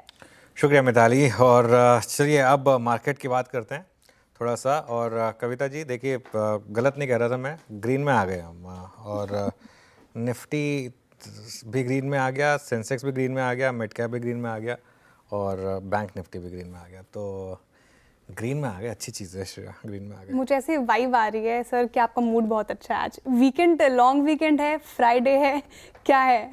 मेरा मूड तो हमेशा अच्छा रहता है श्रेया। अच्छा। मेरा मूड तो खैर हमेशा अच्छा रहता है। देखिए क्या है ना, लेकिन थोड़ा सा आज ऑब्वियसली एक लॉन्ग वीकेंड है तो उस वजह से थोड़ा और ज़्यादा अच्छा है, इसमें कोई डाउट नहीं है। क्योंकि पिछले वीकेंड भी हमने काम किया था। वैसे खैर पिछले वीकेंड काम करने में मज़ा आया था, ऐसा नहीं है। वो काम कर जो किया था वो उसमें मज़ा आया था। पूरी टीम आई थी हमारी और हमने सब ने एक ऑलमोस्ट उसको काम तो किया ही था, लेकिन एज फन भी ट्रीट किया था लास्ट सैटरडे संडे को। तो ठीक है, मतलब उसमें कोई दिक्कत नहीं है। लेकिन हाँ देखिए, अब ग्रीन में आ गए और जब मार्केट ग्रीन में आए तो वैसे ही मूड थोड़ा सुधर जाता है। अरे देखिए बैंक निफ्टी देखिए, अब बैंक निफ्टी अब जब हमने सुबह अभी जब हम 2 o'clock पे जब हमारी डिस्कशन हो रही थी तो क्या बात हो रही थी कि अगर आपको लॉन्ग करना है तो बैंक निफ्टी को चुनिए, क्योंकि अगर एक इंस्ट्रूमेंट जो तेज़ी को लीड करेगा वो बैंक निफ्टी होगा। मैं अभी भी यही बोल रहा हूँ, अगर तेज़ी को कुछ लीड करेगा तो बैंक निफ्टी होगा। और वहाँ से देखिए आप किस तरीके का मूव आपको बैंक निफ्टी ने दिखाया। और अगेन 52,000 वो एक क्रूशल लेवल है, 52,000 52,060 के करीब का वो लेवल है। अगर वो क्रॉस होना शुरू हुआ बैंक निफ्टी में तो आप वापस ऑल टाइम हाई की तरफ भी बढ़ेंगे बैंक निफ्टी पर। अगेन मार्केट को मतलब वेट करते हैं मार्केट का वर्डिक्ट आने के लिए, लेकिन ये इंडेक्स एक शेड स्ट्रॉन्गर है। और अगर आपको तेज़ी वाली पोजीशन प्ले करनी है तो उसके लिए बैंक निफ्टी को चूज़ करें, ये बात बहुत क्लियरली विजिबल है यहाँ पर। एक और चार्ट चेक लेते हैं, नायका की बात करते हैं एक बार ज़रा। सोनी जी, नायका सुबह शिल्पा जी ने रिकमेंड किया था, एक बार ज़रा इस पर फॉलो अप दीजिए। जी अनुज, नायका यहाँ पे मुझे स्ट्रॉन्ग लग रहा है। चार्ट बेसिस पे काफी स्ट्रॉन्ग, एक अच्छा ब्रेकआउट सस्टेन कर रहा है। सो मुझे लगता है कि 180 के लेवल को जब क्रॉस करेगा, पोजिशनली 183 185 लेवल्स को टेस्ट करने की तैयारी में है। और डेली चार्ट्स पे अपने सारे शॉर्ट टर्म मूविंग एवरेज के ऊपर यहाँ पे काफी स्ट्रांगली सस्टेन कर रहा है। सो करंट प्राइस पे भी बाय कर सकते हैं। और 175 सपोर्ट यहाँ पे है, सपोर्ट के यहाँ पे स्टॉप लॉस प्लेस कीजिए।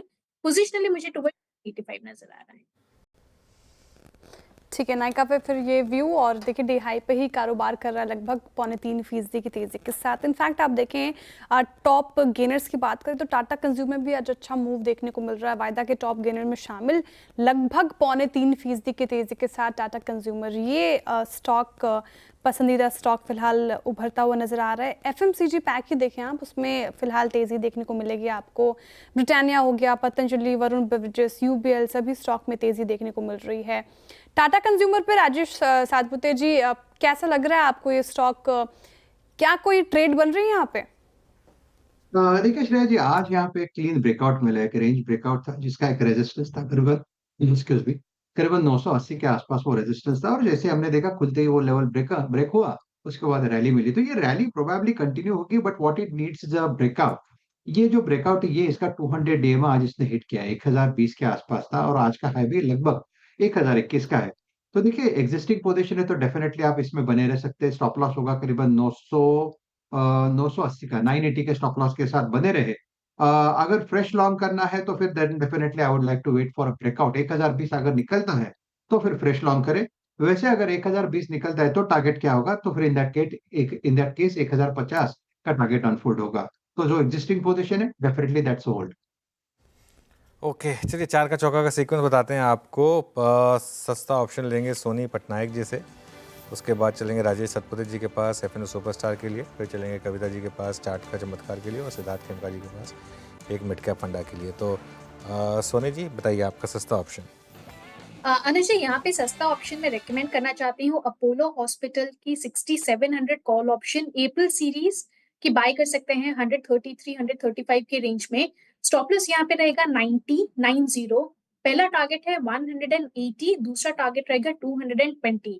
अपोलो हॉस्पिटल में आज 6620 के ऊपर एक ऑप्शन चेन ब्रेकआउट आया है और 200 डे एक्सपोनेंशियल मूविंग एवरेज को भी ब्रेक किया है आज डेली चार्ट्स पे। क्लोजिंग डे से स्ट्रॉन्ग लग रहा है, टुवर्ड 6800 6850 लेवल्स टेस्ट कर सकता है।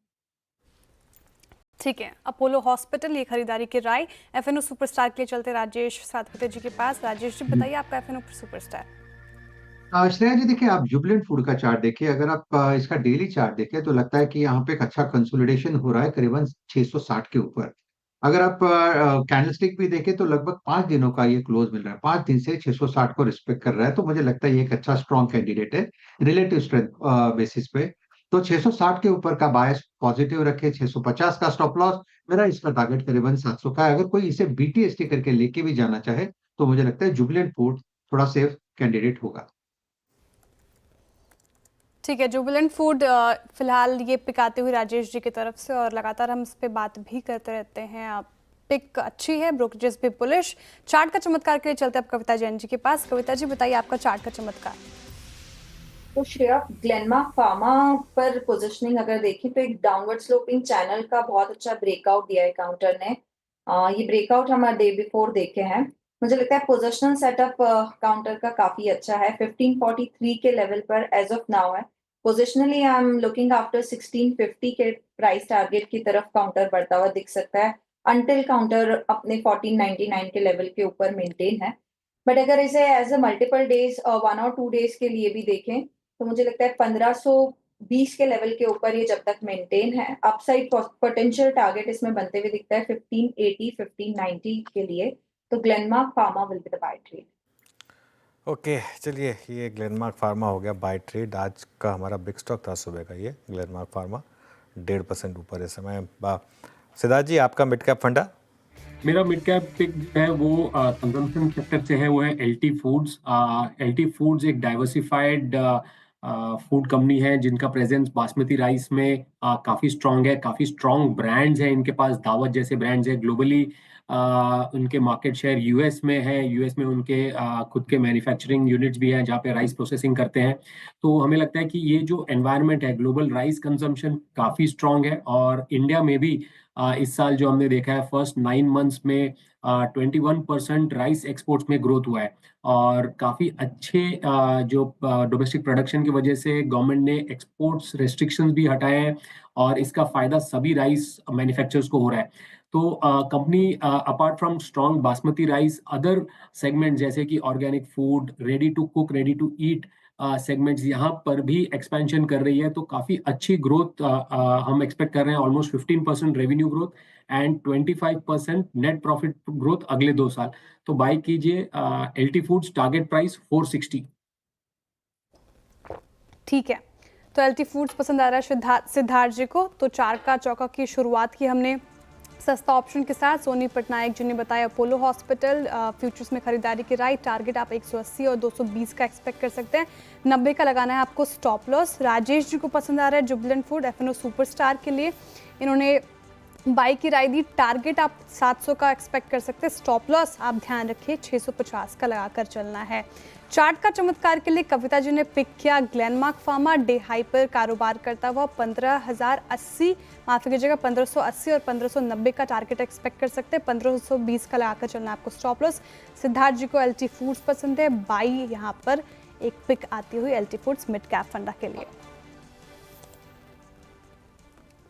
चलिए अब आगे बढ़ते हैं और कुछ और सेक्टर्स की बात करते हैं। देखिए बाजार की चाल आईटी कंपनियों के नतीजों पर भी है, और कंपनियों के कैश पोजीशन को देखते हुए बाजार बायबैक की उम्मीद कर रहा है।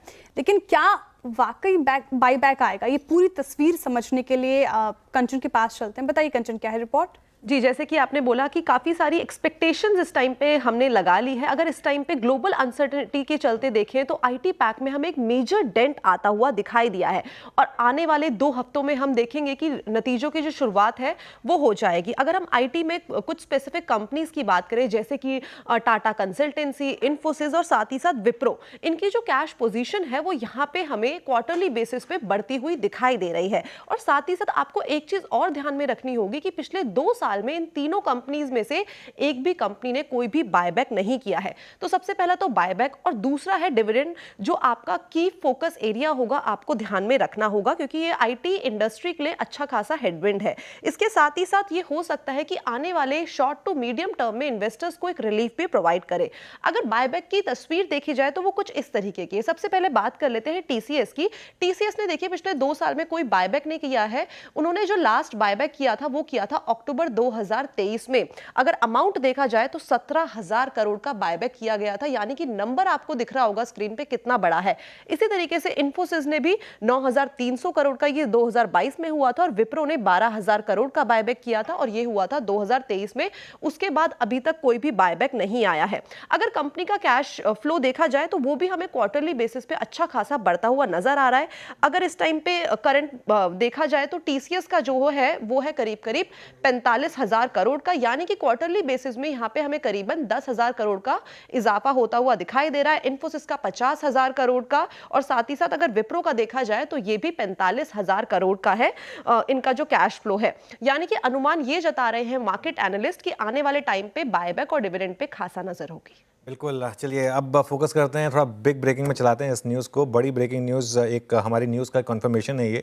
कल हमने ध्यान रखिएगा आपको ये न्यूज़ बताई थी इसी शो में इसी वक्त कि इलेक्ट्रॉनिक पीएलआई पर एक बड़ा सरकार इंसेंटिव देने वाली है। 25,000 करोड़ की वो इलेक्ट्रॉनिक इंसेंटिव है, उसकी पीएलआई को मंजूरी मिली है। 2-3 स्टॉक्स हैं फोकस में रहते हैं जो इससे डिक्सन टेक है या फिर आपका दूसरा स्टॉक कौन सा है वो पीजी इलेक्ट्रोप्लास्ट और अंबर, इन पर नज़र रहेगी ख़ास तौर से। और इसमें डिस्प्ले भी है तो डिस्प्ले में क्लियरली डिक्सन आता है। पीजी इलेक्ट्रोप्लास्ट थोड़ा सा ऊपर है। आई थिंक डिक्सन में पिछले कुछ मिनटों में अच्छा मूव आया है। आई थिंक करीब 200 रुपये करीब का मूव डिक्सन में आएगा। देखिए ये यहाँ पर एक न्यूज़ आता हुआ और बाकी पूरी खबर की जानकारी असीम से लेंगे। असीम जुड़े क्या हमारे साथ? असीम, गुड आफ्टरनून, बताइए पूरी खबर। गुड आफ्टरनून अनुज। कल ही हमने अपने दर्शकों को बताया था कि सरकार एक प्रोडक्शन लिंक इंसेंटिव स्कीम को हरी झंडी देने वाली है। इलेक्ट्रॉनिक मैन्युफैक्चरिंग में सरकार का लक्ष्य है कि 100 बिलियन इलेक्ट्रॉनिक मैन्युफैक्चरिंग को बनाया जाए। तो उसके लिए सरकार ने आज एक इलेक्ट्रॉनिक मैन्युफैक्चरिंग पीएलआई स्कीम को हरी झंडी दे दी है। करीब 25,000 करोड़ रुपए की ये पीएलआई स्कीम है। खासतौर पर इसके अंदर डिस्प्ले, कैमरा मॉड्यूल, पीसीबीज, उनके मैन्युफैक्चरिंग को बढ़ावा दिया जाएगा। तो सरकार को उम्मीद है कि इससे अगले 5 साल के अंदर इस सेक्टर के अंदर करीबन 40,000 करोड़ रुपए के आसपास का निवेश आएगा। इतना ही नहीं, अगले 5 साल के अंदर 50 से 60 बिलियन डॉलर का प्रोडक्शन भी इलेक्ट्रॉनिक मैन्युफैक्चरिंग के अंदर होगा। तो इसी सब चीजों को ध्यान में रखते हुए ये पीएलआई स्कीम को आज सरकार ने हरी झंडी दी है। ओके, चलिए शुक्रिया बहुत बहुत इस पूरी इन्फॉर्मेशन के लिए असीम। सिद्धार्थ जी, एक चीज़ तो क्लियर है, ये डिक्सन जैसे स्टॉक्स में जब भी करेक्शन आती है कोई ना कोई न्यूज़ फ्लो आ जाता है, वापस रैली आ जाती है इन स्टॉक्स में। इस लेवल पर अब क्या व्यू होगा? जी बिल्कुल, देखिए ये जो ईएमएस स्पेस है डेफिनेटली एक लॉन्ग टर्म स्ट्रक्चरल स्टोरी है। गवर्नमेंट का सपोर्ट है और कहीं ना कहीं ये पीएलआई जो स्कीम्स है डोमेस्टिक इलेक्ट्रॉनिक मैन्युफैक्चरिंग के लिए काफ़ी सपोर्टिव है। तो इन स्पेस में हमें काफ़ी स्टॉक्स पसंद है, जैसा कि डिक्सन है, एम्बर है, थोड़ा हायर वैल्यू एडेड में अगर आप जाएं तो केन्स टेक्नोलॉजीज है। तो ये सारे ही स्टॉक्स पसंद है। हमें लगता है कि ये जो न्यूज़ फ्लो है ये डेफिनेटली पॉजिटिव रहेगा। रिजल्ट तो काफ़ी स्ट्रॉन्ग आए थे। इवन Q3 में हमने देखा था डिक्सन में एबिटा 112% ग्रोथ हुआ था। ऑर्डर बुक काफ़ी स्ट्रॉन्ग है और जो पुरानी पीएलआई स्कीम एक्सपायरी हो गई थी उसको लेकर थोड़ी सी कॉशियसनेस थी, थोड़ी सी चिंता थी कि आगे कैसे बढ़ेगा और उसकी वजह से थोड़ा सा जो स्टॉक करेक्ट भी हुआ था। बट अब जो नया स्कीम आ गया है इससे वापस जो लॉन्ग टर्म प्रॉफिटेबिलिटी है वो एनहांस होगी और आगे चलकर हमें लगता है कि काफ़ी strong 60% plus net profit CAGR देखने को मिलेगा। तो डेफिनेटली यहाँ भी मुझे लगता है कि स्टॉक पर पॉजिटिव व्यू बना के चलते हैं। ओके, पॉजिटिव व्यू यहाँ पर बना के चलते हैं। 13,455 पर इस समय स्टॉक। कविता जी, एक बार चार्ट देखिए डिक्सन का, कोई ट्रेड यहाँ पर? अनुचित 13,500 पर अभी काफी कॉल राइटर्स बने हुए हैं। मुझे लगता है कोई भी एक अच्छा अपसाइड मूव वंस ये 13,510 520 के ऊपर निकलता है तब इसमें कुछ अपसाइड जोन ओपन होते हुए दिख सकते हैं जो काउंटर को लेकर जा पाएंगे 14,000 14,300 के लेवल की तरफ। मुझे लगता है पोजिशनिंग अगर है तो 13,180 का स्टॉप लॉस मेंटेन करना चाहिए। फ्रेश बाइंग 13,500 के ऊपर करना चाहिए। ओके, चलिए अब आगे बढ़ते हैं और बात करते हैं श्री सीमेंट की। यहाँ अच्छी मजबूती देखने को मिली है। एक पॉजिटिव रिपोर्ट आई थी इस सुबह सुबह, श्रेया से जानते हैं। सुबह स्टॉक काफ़ी ऊपर था, अब थोड़ा हल्का हुआ लेकिन फिर भी ग्रीन में है। क्या कह रही रिपोर्ट? बिल्कुल, आपने सही कहा, शुरुआत अच्छी हुई थी श्री सीमेंट की। इनफैक्ट आप पिछले कुछ दिनों से देखें तो सीमेंट सेक्टर में एक अच्छी तेज़ी देखने को मिल रही है। लगातार ब्रोकरेज रिपोर्ट्स भी आ रही हैं, काफ़ी ज़्यादा बुलिश रिपोर्ट। पहले गोल्डमैन, जेफरीज निकल रिपोर्ट निकाली थी जेके सीमेंट, अल्ट्राटेक सीमेंट पे, और आज श्री सीमेंट पे नोमुरा की रिपोर्ट आई है। बाई की कॉल आई है और टारगेट प्राइस की बात करें तो 34,000 रुपये प्रति शेयर का टारगेट प्राइस रख दिया है और जिस लेवल पे अभी कारोबार कर रहे हैं वहाँ से करीब 44% का अपसाइड पोटेंशियल नोमुरा देख रहे हैं इस पर्टिकुलर काउंटर में। क्या अच्छा लग रहा है श्री सीमेंट में? तो जिस तरीके से कोर मार्केट में एक सुधार देखने को मिल रहा है, एक रिकवरी आई है, उससे मार्केट शेयर में इजाफा देखने को मिलेगा श्री सीमेंट का, जिसके बदौलत आप देखें तो फाइनेंशियल ईयर 26-27 के लिए वॉल्यूम एस्टिमेशन को भी बढ़ा दिया है। फाइनेंशियल ईयर 2026 की बात करें तो यहाँ पे वॉल्यूम एस्टिमेशन 5% रख दिया है, वही 27 के लिए 7% का आंकड़ा सामने आया है।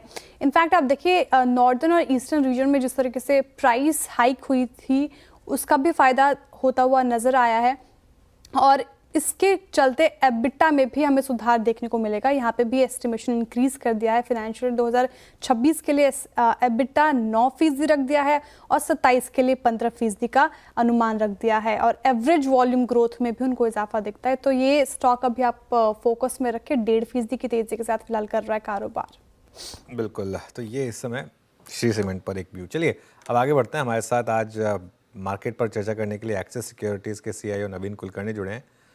नवीन जी, गुड आफ्टरनून। बताइए क्या बन रहा है इस समय मार्केट पर व्यू? फाइनेंशियल ईयर खत्म हुआ, थोड़ा सा टफ साल था, हालांकि मार्च ने काफ़ी हद तक भरपाई की। यहाँ पर अब क्या व्यू लेके चलेंगे आप? जहाँ तक ये साल का सवाल था, करीब करीब सिंगल डिजिट रिटर्न बना है, नेगेटिव रिटर्न तो नहीं बना है जो फरवरी में दिख रहा था। तो उस हिसाब से चीजें थोड़ी सुधरी है मार्च के महीने में। यहाँ से आगे जाके ऑब्वियसली दो चीजों पे फोकस होगा। एक तो ग्लोबल टैरिफ का माहौल कैसे इवॉल्व होता है और दूसरी चीज जो कोर फोकस होगा वो अर्निंग्स पे होगा। तो अभी ये क्वार्टर खत्म हुआ है, तो अगर सिक्वेंशली अर्निंग्स में सुधार होता हुआ दिखाई देगा तो मार्केट में मोमेंटम इम्प्रूव होता हुआ दिखाई दे सकता है अगले 1-2 महीने में। अगर अर्निंग्स में बहुत ज्यादा इम्प्रूवमेंट नहीं दिखती है तो बड़े चैलेंजेस परसिस्ट करेंगे मार्केट। तो यही ब्रॉडली फोकस रहेगा और अर्निंग्स पे ही फोकस रहेगा यहाँ से आगे जाके। बिल्कुल, नवीन कुलकर्णी जी, गुड आफ्टरनून। श्रेया बात कर रही हूँ। आपने कहा अर्निंग्स पे फोकस रहेगा फिलहाल, एक इंपॉर्टेंट ट्रिगर है मार्केट के लिए। तो अर्निंग्स के लिहाज से आपको कहाँ ग्रोथ विजिबिलिटी फिलहाल नजर आ रही है? वो कौन से सेक्टर्स हैं जो अभी आपके रडार पर हैं ग्रोथ विजिबिलिटी के लिहाज से? जहाँ तक सेक्टर्स का सवाल है, दो चीजों को हम फोकस करते हैं। एक तो सिक्वेंशियल इंप्रूवमेंट कहाँ पे आ सकती है, एक वो है, और दूसरा चीज ये है कि जहाँ पे वैल्यूएशंस थोड़े से रीजनेबल है। ये दोनों के हिसाब से मुझे लगता है कि जो बैंकिंग का सेक्टर है वहां पे मुझे लगता है कि क्वार्टर ऑन क्वार्टर अर्निंग्स में सुधार होता हुआ या मतलब कोर ऑपरेटिंग पैरामीटर्स में सुधार होता हुआ दिखाई दे सकता है। इसके अलावा वैल्यूएशन ये सेक्टर में अभी भी रीजनेबल है, तो उस हिसाब से वहां पे मुझे लगता है कि फोकस रहेगा। इसके अलावा जो सेक्टर्स है जैसे कैपिटल गुड्स है और जो गवर्नमेंट केपेक्स ओरिएंटेड सेक्टर्स है वहां पे मुझे लगता है कि थोड़ा सा इंप्रूवमेंट होता हुआ दिखाई दे सकता है, तो वो एक फोकस रहेगा। थर्ड जो फोकस रहेगा वो मुझे लग रहा है कि कंजम्पशन FY26 में मुझे लगता है कि काफी बेटर कर सकता है कंपेयर टू FY25 क्योंकि बेस लो है। इसके अलावा जो गवर्नमेंट इनिशिएटिव्स है तो वो सारी चीजें सपोर्ट करेंगी। तो ये 3 सेक्टर मुझे जो लग रहे हैं यहाँ पे काफी हाई चांस है कि अर्निंग्स में सुधार होता हुआ दिखाई देगा और ट्रैक्शन बनने की संभावना है। ठीक है नवीन जी। तो बैंकिंग, कैपिटल गुड्स और कंजप्शन स्पेस आपको फिलहाल सही लग रहा है अर्निंग के लिहाज से, लेकिन थोड़ा और तोड़ते हैं कंजप्शन को। इसमें भी आप बताइए थोड़ा और कैटेगरिकली कौन से सेक्टर पे आप फोकस रखेंगे? जिस तरीके से हमें तेज़ी देखने को मिल रही है टाटा कंज्यूमर, जो प्रोडक्ट हम डेली बेसिस पे यूज़ करते हैं या फिर ऐसे प्रोडक्ट जो सीजनल सीजन्स में फोकस में आते हैं, कैसे थोड़ा स्टॉक स्पेसिफिक अगर आप हो पाए? और जहाँ तक मेरा ये व्यू है इसमें कि अगर हम कंजम्पशन में देखें तो अगर हम डेली यूज के आइटम जैसे स्टेपल्स की बात करें तो वहाँ पे बहुत सारी चीज़ों के ऊपर फोकस रहता है, जैसे कि ओवरऑल वैल्यू ग्रोथ कितना आएगा, राइट। और वॉल्यूम ग्रोथ कोई कोई चीज़ों में जैसे साबुन और ये सब में बहुत ज़्यादा इम्प्रूव नहीं होता है। लेकिन ओवरऑल कंजम्पशन बास्केट की हम बात करेंगे तो उसको हम प्ले कर सकते हैं रिटेल सेक्टर के हिसाब से, क्योंकि वहां पे जहाँ पे भी इम्प्रूवमेंट आती है तो रिटेल सेक्टर में मुझे लगता है कि इम्प्रूवमेंट होता हुआ दिखाई दे सकता है। तो वहां पे बहुत सारे स्टॉक्स हो सकते हैं, जैसे कि आप बोलेंगे कि डीमार्ट है, राइट। ये सब स्टॉक्स में मुझे लगता है कि पॉसिबल है कि इम्प्रूवमेंट FY26 में बेहतर दिखे कंपेयर टू FY25। तो रिटेल एज अ सेक्टर मुझे लगता है कि will be interesting over the next 6 to 12 months। Okay, IT पर अब क्या व्यू बन रहा है नवीन जी? बिकॉज यहाँ पर काफ़ी लोग अब डरे हुए हैं, वो यूएस से जो डेटा पॉइंट्स आ रहे हैं, रिसेशन का रिस्क रियल लग रहा है, और इस इंडेक्स ने क्लियरली अब चलना बंद कर दिया और जो भी रैली आती है वो फिजल आउट हो रही है।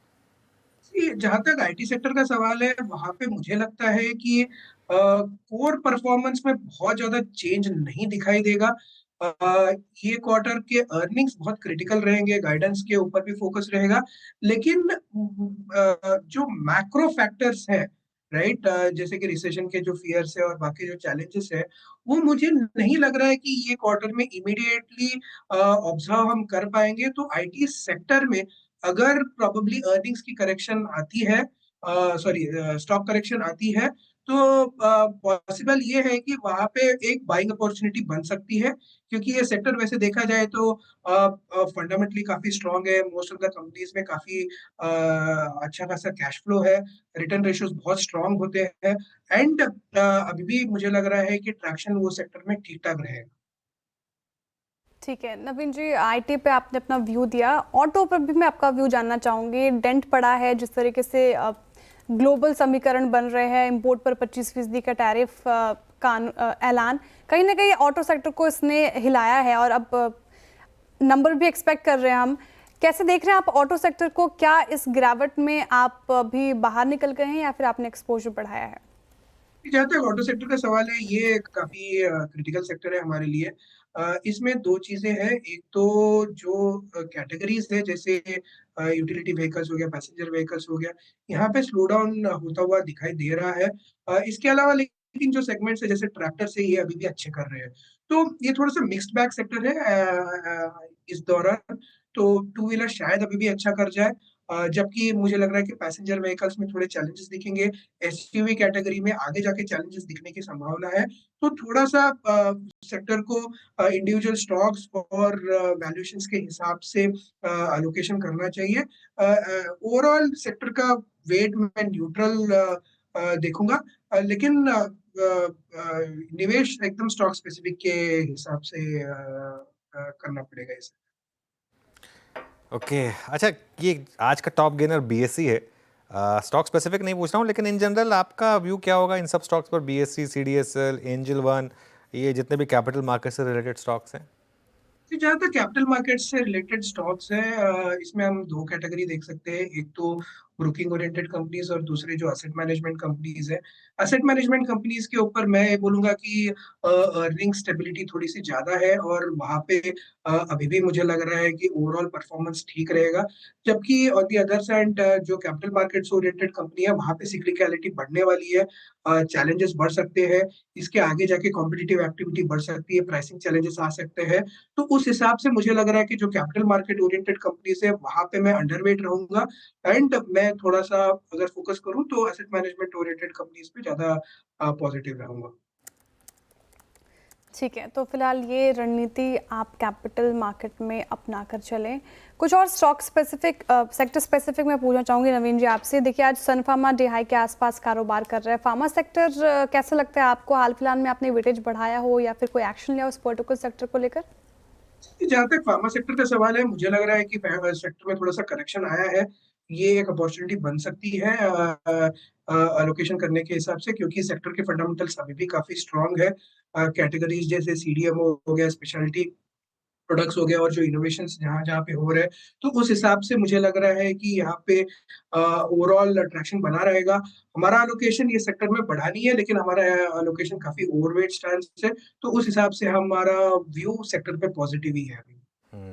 एक आखिरी सवाल, ये ज़ोमैटो या स्विगी खरीदेंगे क्या आप इन लेवल्स पर?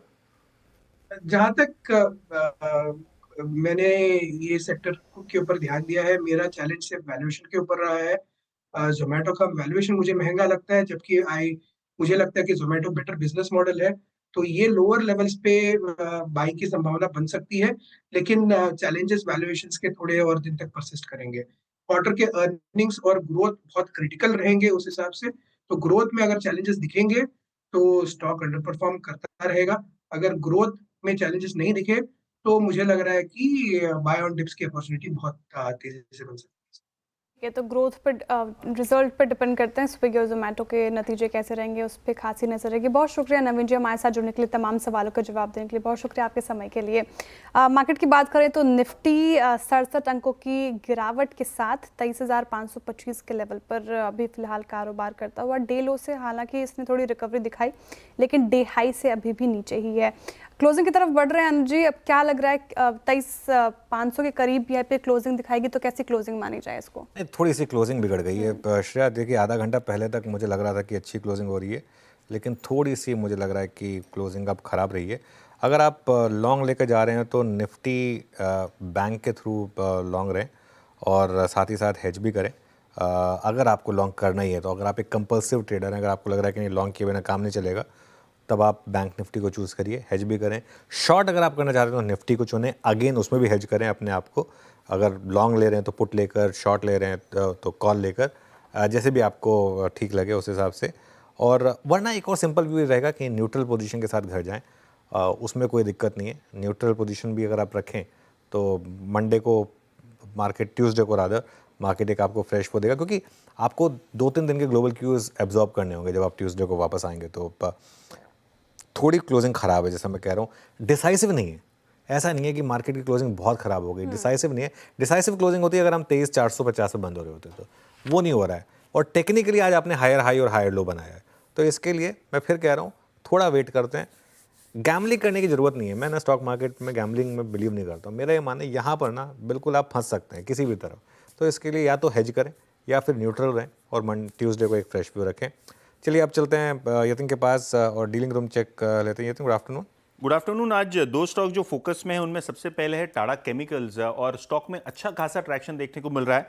इनफैक्ट डीलर्स यहाँ बीटीएसटी की एडवाइस दे रहे हैं और उनको लगता है 880 890 तक के भी लेवल्स यहाँ देखने को मिल सकते हैं। डोमेस्टिक म्यूचुअल फंड्स की अच्छी खासी खरीदारी इस काउंटर में अभी देखने को मिल रही है लोअर लेवल्स पे। इसके अलावा BHEL आज ऑर्डर विन के बाद स्टॉक में अच्छा ट्रैक्शन है और डीलर्स को लगता है यहाँ से भी स्टॉक में मोमेंटम बन सकता है, क्योंकि शॉर्ट कवरिंग अभी भी काउंटर में बाकी है। 225-230 के पोजिशनल टारगेट्स के लिए ये वो अप्रैल फ्यूचर्स की एडवाइस दे रहे हैं खरीदने के लिए अपने क्लाइंट्स को। ओके, चलिए तो ये इस समय डीलिंग रूम चेक। यतिन शुक्रिया आप। BTST STBT ट्रेड की शुरुआत करते हैं। रचना जी आप शुरुआत करिए, बताइए क्या रहेगी आपकी ट्रेड कल के लिए, ट्यूसडे के लिए? जी, ट्यूसडे के लिए अगर एक ट्रेड जो मैं लॉन्ग साइड पे सजेस्ट करना चाहूँ तो that would be Kotak Mahindra bank.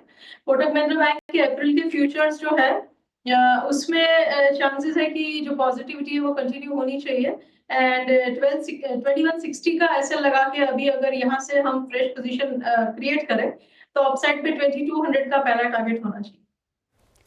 Okay ji, Kotak Mahindra Kavita ji, mafia जी का रचना जी के पिक। कविता जी आप बताइए कल के लिए क्या कैरी कर रहे हैं, मतलब ट्यूसडे के लिए? तो वोल्टास में बहुत अच्छे मूव बनते हुए दिख रहे हैं, 1466 के लेवल पर है। मुझे लगता है ये अपने एवरेजेस की तरफ बढ़ता हुआ दिख रहा है। 1500 के प्राइस टारगेट के लिए वोल्टास पर आप बाय ट्रेड ले सकते हैं। 1445 का स्टॉप लॉस मेंटेन करना चाहिए। ओके वोल्टास। चलिए आप चलते हैं सोनी पटनायक के पास। सोनी जी बताइए आपकी ट्रेड ट्यूसडे के लिए। अनु जी, यहाँ पे BTST रहेगा एक्सिस बैंक में। एक्सिस बैंक में एक तो काफी अच्छे स्ट्रॉन्ग रोलओवर्स बने हैं 92% के, और यहाँ पे अपने 200 डेमा के ऊपर काफी स्ट्रॉन्गली सस्टेन कर रहा है। क्लोजिंग अच्छी आ रही है 1100 के ऊपर, फ्यूचर्स पे बाय कर सकते हैं 1104 पे। 1090 स्टॉप लॉस रहेगा, 1125 1135 टारगेट्स। ठीक है, एक्सिस बैंक सोनू जी की पिक फिलहाल आती हुई। सुमिल जी, आप बताइए आपकी पिक क्या होगी ट्यूसडे के लिए? मेरी पिक होगी बैंक में कैनरा बैंक में एक छोटा सा फ्लैट पैटर्न ऊपर की तरफ ब्रेकआउट हुआ है और मोमेंटम इंडिकेटर्स फ्रेश बाय में आए कल। स्टॉप लॉस रहेगा 86.50 का और टारगेट होगा 97। ओके, राजेश हाथपुते जी बताइए आपका ट्रेड रहेगा ट्यूसडे के लिए? हाँ अनुज जी, देखिए मैं सिप्ला को सेल करके जाऊंगा। मुझे लगता है एक अच्छा खासा ब्रेकडाउन यहाँ पे मिला है। टारगेट के तौर पे मुझे लगता है 1420, 1420, 1400 का टारगेट लेके यहाँ पे सेल होगा। 1450 के नीचे सेल करना है। 1460 का स्टॉप लॉस। चलिए, BTST कॉल हुई पूरी, और जब BTST कॉल हो रही थी मुझे एक नोटिफिकेशन आया, ट्वीट किया अनुज जी आपने, AI generated pictures band wagon में इसमें भी आप जुड़ गए हैं। काफ़ी कूल लग रहा है, एक बार दर्शकों को अगर देख सकते हैं दर्शक तो, इजंट इट कूल? श्रेया, ये क्या है ना, आजकल एक नया चल रहा है वो Ghibli style, Ghibli style AI generated images के लिए। तो ये मेरी टीम है, ये मेरी सोशल मीडिया की टीम है, बहुत हार्ड वर्किंग टीम है। खैर हमारी सारी टीम्स हार्ड वर्किंग है, लेकिन ये सोशल मीडिया की टीम है ये थोड़ा सा एक स्टेप आगे रहते हैं। CNBC आवाज़ को हमेशा एक कदम आगे रखते हैं। तो इन्होंने ये थोड़ी सी 2 इमेजेस बनाई मेरी और वो डाली, मुझे काफ़ी अच्छी लगी एक्चुअली। और जो खास तौर से दूसरी वाली है, बस ये है कि इसमें मैं थोड़ा प्रोफेसर जैसा लग रहा हूँ। वैसे वो मुझसे होता नहीं है वैसे, लेकिन ये मुझे ठीक ठाक लग रही है इमेज काफ़ी, ये जो AI से। लेकिन सोचिए क्या मतलब, क्या ज़माना आ गया ना, मतलब आप रोज़ कुछ ना कुछ नया आ रहा है। अरे मैं तो फर्मली उनमें से हूँ जो बिलीव करता है कि समय के साथ चेंज होना बहुत ज़रूरी है। मैंने देखा आप ट्रेंड फॉलो करते हैं। नहीं, ट्रेंड फॉलो करना बहुत ज़रूरी है। अगर आप ट्रेंड फॉलो नहीं करेंगे ना तो आप पीछे रह जाएंगे। जैसे मैं आपको एक एग्जांपल देता हूँ। अब कहने को लोग कह सकते हैं मैंने इंस्टाग्राम 1.5 साल पहले शुरू किया था।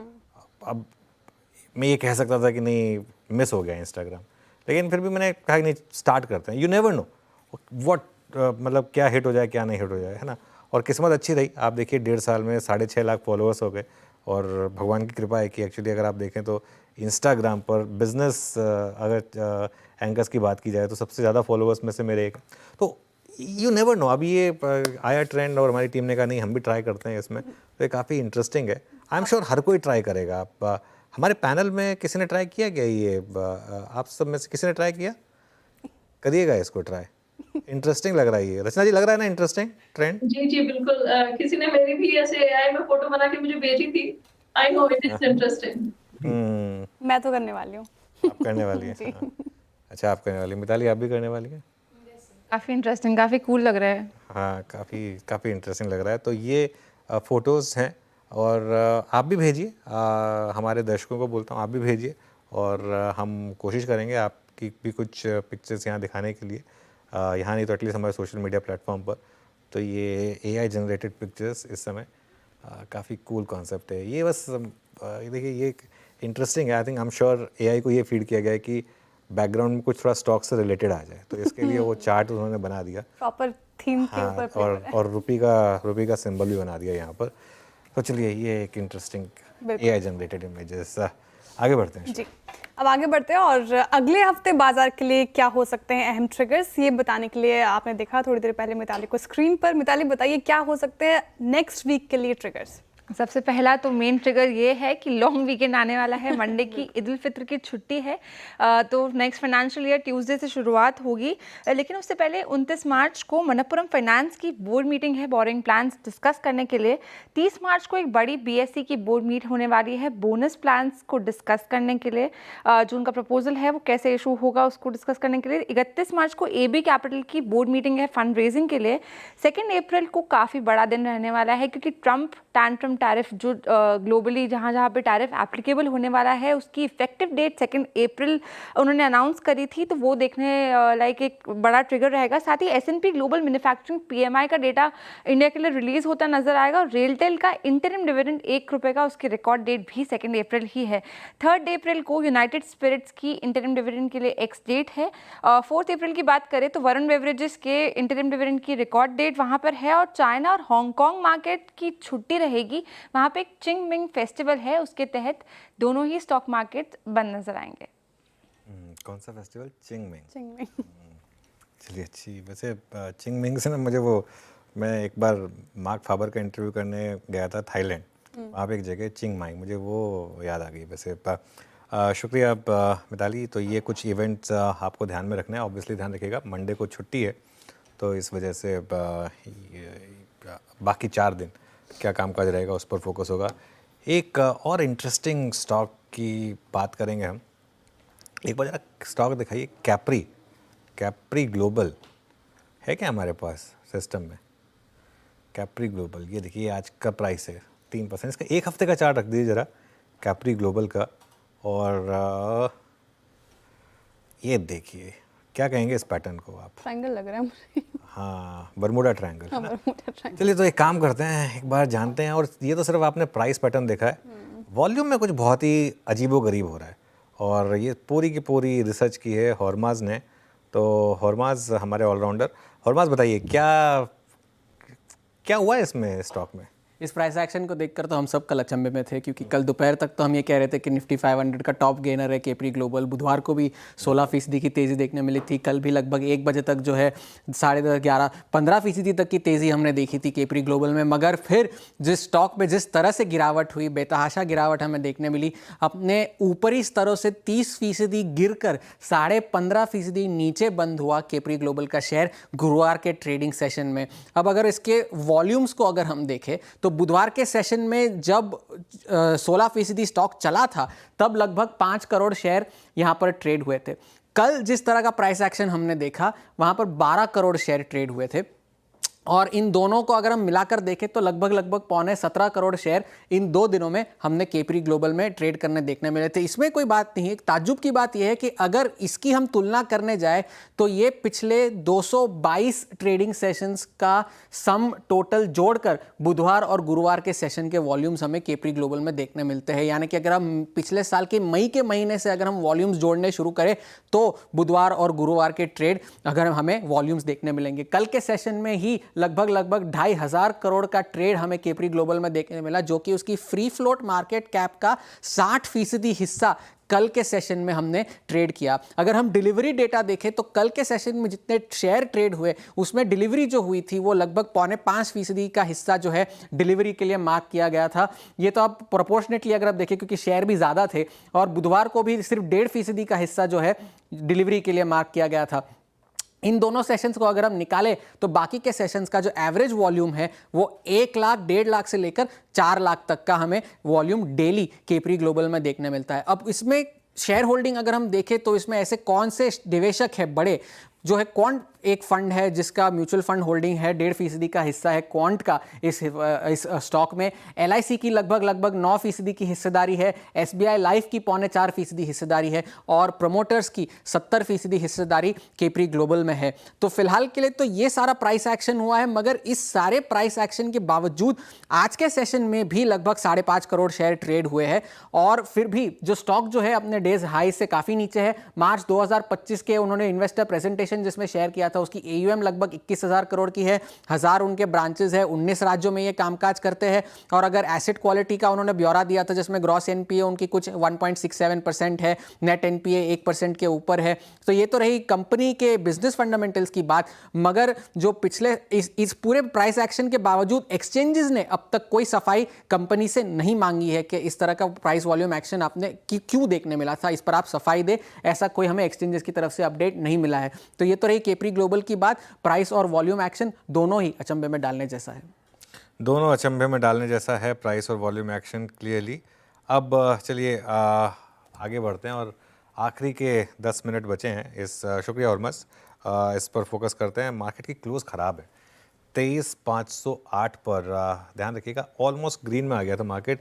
But then again long weekend है, शायद बहुत लोग पोजीशन ना कैरी करना चाहें, थोड़ा सा एक वेट एंड वॉच की अप्रोच रखना चाहें, तो उनको आप ब्लेम भी नहीं कर सकते। श्रेया, पंचनामा का टीज़र करते हैं, इस फाइनेंशियल ईयर का आखिरी मार्केट का पंचनामा, बताइए क्या सवाल है? बिल्कुल, देखिए सवाल काफ़ी ज़्यादा आ रहे हैं। जिस तरीके से मार्केट ने आज वोलेटिलिटी दिखाने की कोशिश की, इनफैक्ट दिखाई। सवाल ले रही हूँ शोभना का, और शोभना जी जो हम स्टॉक डिस्कस भी करते हैं उसी पे पूछ रही हैं। और PV फिनटेक, पॉलिसी बाजार जिस तरीके से आज टूटा, वायदा का टॉप रिजर्व में शामिल आप इनफैक्ट देखिए लगभग इस पर्टिकुलर काउंटर ने आज 3.5% की मार झेली है डेलो पे। बंद होने की तैयारी कर रहे हैं, अपने बावनवीं खाई से काफ़ी ज़्यादा करेक्ट हो चुका है। क्या रणनीति यहाँ पे अब अपनाएं? जो ऊपरी साइड पर लेके फंस गए हैं उनको क्या हिदायत? हाँ देखिए, इसका 1 महीने का चार्ट अगर आप रखेंगे ना तो आपको एक चीज़ समझ में आ जाएगी, टाइमिंग मैटर्स। टाइमिंग बहुत मैटर करती है स्टॉक मार्केट में, खासतौर से इस तरीके के स्टॉक में। 1332 से ये स्टॉक गया 1700 तक जी। अब अगर आप 1700 में फंस गए तो फिर भगवान बचाए ना। 6 महीने का चार्ट देखते हैं इसका, ये तो चलिए ठीक है 1 महीने का है, 6 महीने का चार्ट देखते हैं इसका, और इसका 3 साल का चार्ट देखते हैं। अगर आप इसका 3 साल का चार्ट देखेंगे ना, आपको लगेगा आपने एक बहुत शानदार स्टॉक चुन लिया, ठीक है। लेकिन अगर आप देखिए 2246 पर अगर आप लेके बचें तो फिर क्या कर लेंगे। 3 साल पहले अगर आपने लिया ये स्टॉक 400-500 रुपये पर लिया है तो फ़र्क नहीं पड़ता आप 2200 पर नहीं निकल पाए, क्योंकि आप 1600 पर अभी भी कंफर्टेबल है। इसके लिए टाइमिंग मैटर्स, मतलब ऐसे स्टॉक्स में। अब जो इसका ट्रेंड रहा है, कुछ और दिन दें इसे, अगर आप हाई लेवल पे फंसे भी हैं तो, क्योंकि ये स्टॉक का ट्रेंड ऐसा ही रहा है कि थोड़ा करेक्ट होता है उसके बाद बड़ी रैली आती है इसमें। अगर मार्केट में भी रैली आई तो ये स्टॉक शायद वापस आउट परफॉर्म करेगा। थोड़ा टाइम दे के देखते हैं इसको। देखिए 3 महीने का चार्ट देखिए 25% गिरा है, लेकिन लोअर लेवल से देखेंगे आप तो 12% चला है। तो इसके लिए depends on where you enter. तो 1690 जिसकी खरीद है, मतलब वो अभी होल्ड कर के रख सकते हैं फिलहाल? नहीं, 1600 की अगर आप, मैं भी कह रहा हूँ आपको थोड़ा सा स्टॉप लॉस रखना होगा इसमें। वो अपने फाइनेंशियल एडवाइजर से पूछेगा, वो ज़्यादा अच्छा बताएगा आपको। बिल्कुल ठीक है। एक और स्टॉक की बात करते हैं, हालांकि ये स्टॉक हम डिस्कस नहीं करते जियो फाइनेंस पे, लेकिन सवाल काफ़ी ज़्यादा असर आ रहा है। फिर नहीं करते हैं डिस्कस, क्योंकि कोई मतलब नहीं है, मैं उस पर कोई एडिटोरियल व्यू दे भी नहीं पाऊंगा, इसके लिए कोई मतलब नहीं है। कोटक महिंद्रा हमने डिस्कस किया, इस पर भी सवाल है। एक बार और सर रणनीति हो जाए कोटक महिंद्रा बैंक पर, जिस तरीके से तेजी हम पिछले कुछ दिनों से देख रहे हैं इसमें। एक ऐसा स्टॉक जो अब यहाँ से एक ऐसा ब्रेकआउट दिखा चुका है, अब मुझे हैरानी नहीं होगी अगर इस फाइनेंशियल ईयर में आप कोटक को 2500 के भी पार देखें तो। और अब एक ऐसा स्टॉक, अब जो 2000 का लेवल है ना, जो इसका अब तक रेजिस्टेंस बनता था, अब वो सपोर्ट बन जाएगा। अब ये स्टॉक, अब वो जो 1600 2000 1600 2000 पिछले 2 साल से 1600 2000 1600 2000 एक रेंज में बुरी तरीके से फंस चुका था, अब उसका ये ब्रेकआउट दिखा चुका है। एक्चुअली अगर आप चार्ट देखेंगे ना स्टॉक का, इसने कुछ बहुत ज़्यादा आउट परफॉर्म, 3 साल में 25%, कोई बहुत ज़्यादा नहीं है। इससे कहीं ख़राब क्वालिटी के स्टॉक ने ज़्यादा रिटर्न दिए 3 साल में। तो मुझे लग रहा है अब ये कैचअप करने को तैयार है। तो पॉजिटिव व्यू है मेरा कोटक पर। अगेन एक ऐसा स्टॉक जिसमें लेकर आपकी पेशेंस टेस्ट करेगा, हो सकता है आपका पैसा नहीं तोड़ेगा, बेयर मार्केट में भी आपका पैसा नहीं तोड़ेगा, कम से कम ये कंफर्म कंफर्ट तो आपके पास रहेगा। तो उस हिसाब से मेरे ख्याल से अभी भी इस पर मोमेंटम काफ़ी स्ट्रांग है। चलिए बाकी सवाल 335 पर श्रेया और मैं डिस्कस करेंगे, लेकिन कुछ और स्टॉक्स देख लेते हैं। एक बार ICICI प्रू लेकर आइए, और मैं बताता हूँ अब क्यों ये स्टॉक कोलैप्स हुआ है।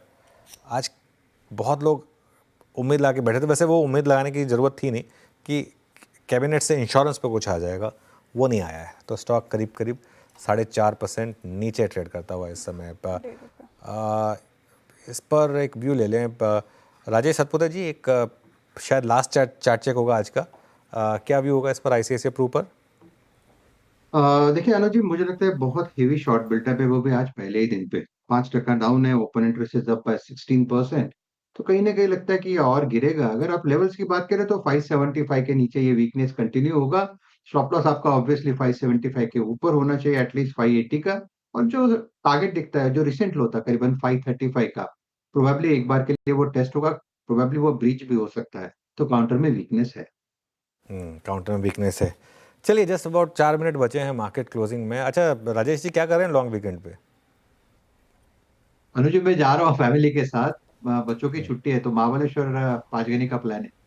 अरे वाह, महाबलेश्वर पांचगनी पुणे से वैसे पास भी पड़ता है काफ़ी, 1.5 घंटा। हाँ 1.5 घंटा, बहुत बहुत शानदार। पंचगनी खास तौर से आई थिंक पंचगनी में, मतलब मुझे याद है जब शुरू में मैं मुंबई आया था तो ऑलमोस्ट जब लॉन्ग वीकेंड आता था पंचगनी पहुंच जाता था। अच्छा जी, आपका का सीजन भी है ना? हाँ, स्ट्रॉबेरी का सीजन भी है, थोड़ी हमारे लिए भिजवा दीजिएगा। ट्रेडर्स हॉटलाइन में कह रहे थे आपको लाना पड़ेगा स्ट्रॉबेरीज। अच्छा जी, आपका क्या प्लान है लॉन्ग वीकेंड का? You need to catch up on sleep. बहुत दिन से बहुत रेस्ट नहीं करा है, so that is a plan, and कुछ मूवीज वगैरह लाइंड अप है, वो देखनी है, but we are in Bhopal only. हाँ, ये MP वालों का सही है वैसे, आराम से आराम करेंगे। आशीष ने भी यही बोला था, आपने भी सेफ रास्ता चुना यहाँ पर। कविता जी, आप क्या कर रही हैं?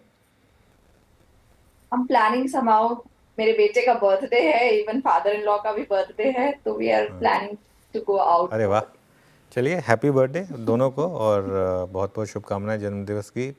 सोनी जी, आपका प्लान वीकेंड का? अनुज जी का ऐसा तो कुछ प्लान नहीं है, बस फ्रेंड्स के साथ पार्टी प्लान्स रहेंगे, उतना ही। फ्रेंड्स के साथ पार्टी प्लान कुछ नहीं है, ये तो सबसे ज़्यादा इम्पोर्टेंट, सबसे अच्छी चीज़ तो यही होती है। चिल करेंगे सोनी जी। चिल करेंगे। और सौमिल जी, आप क्या कर रहे हैं? घर पे ही है, घर पे आराम, थोड़ा सा आराम चाहिए। अब लॉन्ग वीकेंड मिला है तो आराम कर लेंगे। आराम इज द लग्जरी। ऐसा लगता है आजकल लोग थोड़ा डरते हैं बताने से कि क्या कर रहे हैं लॉन्ग वीकेंड पे, कहीं नज़र ना लग जाए इसके लिए। देखिए मतलब आप बताएंगे सर। मैं तो घर पे हूँ, मैं भी आराम कर रहा हूँ। मैंने कहा इसलिए बाकी इससे ज़्यादा मैं भी नहीं कुछ बोलूँगा। आपका क्या प्लान है Shreya? I agree with Somil ji, और आपसे मैं भी रेस्ट पे विश्वास रखती हूँ। खैर इम्प्रॉम्प्टू प्लान हो सकता है सर। चलिए ठीक है, impromptu plan, you never know. 2 minute बचे, मार्केट क्लोजिंग पे वॉल की तरफ बढ़ते हैं। और चलिए, हम वैसे आप सबको बहुत बहुत शुक्रिया आज हमारे साथ जुड़ने के लिए, पैनल में हमारे जितने भी गेस्ट हैं। और have a good weekend. Next week आपसे बात करेंगे। चलिए स्क्रीन पर चलते हैं। निफ्टी करीब 95 पॉइंट नीचे, यानी कि आधा % के लॉसेस के साथ। उसका मेन कारण था निफ्टी आईटी, 2% नीचे निफ्टी आईटी, फिर दिक्कत इस इंडेक्स में, और यही मार्केट के लिए दिक्कत का सबब बना हुआ। बैंक निफ्टी ठीक ठाक था। मिड कैप इंडेक्स करीब आधा % नीचे, स्मॉल कैप इंडेक्स करीब 1/3% नीचे। एडवांस डिक्लाइन देखिए, करीब 980 बढ़ने वाले शेयर, 1600 गिरने वाले शेयर। ठीक था मार्केट का ओवरऑल। मार्केट ब्रेड इतना ख़राब नहीं था, मतलब इससे ज़्यादा ख़राब हो सकता था, लेकिन उस हिसाब से ठीक था। मेनली आईटी दिक्कत थी मार्केट की। सेक्टोरल हीट मैप देखते हैं, उसमें भी आपको दिखाई देगा सबसे clear cut indication Nifty IT का, वो 2% नीचे था। हालांकि सारे सेक्टर्स रेड में थे मोर और लेस। एक एफएमसीजी ग्रीन में था और कुछ हद तक फाइनेंशियल ग्रीन में था।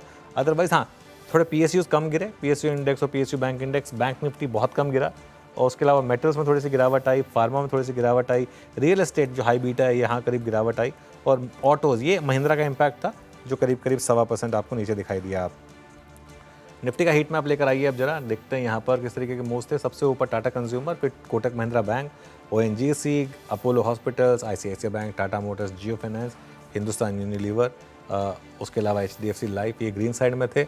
90 पॉइंट निफ्टी नीचे था। टॉप लूजर था इंडसइंड बैंक, करीब 3.5% नीचे। विप्रो 3.5% नीचे था।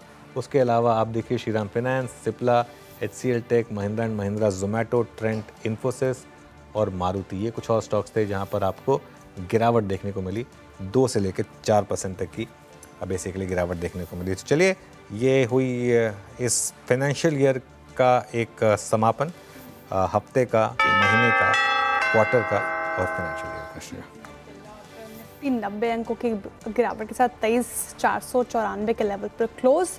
ऐसे में कोई भी क्वेश्चंस हो आपके मन में आपके पोर्टफोलियो रिलेटेड, तो अब से थोड़ी देर में 3:35 पर CNBC आवाज़ के सभी social media platform, x, Instagram, Facebook, YouTube पे आप हमारे साथ जुड़िए और हम आपके सवालों के जवाब देंगे। तो कुल मिलाकर ये मार्केट की क्लोजिंग रही। चलिए, अब सीधे मुलाकात होगी मंगलवार को मॉर्निंग शोज़ में। तब तक के लिए आप बने रहिए CNBC आवाज़ के साथ और हैप्पी वीकेंड टू एवरीवन।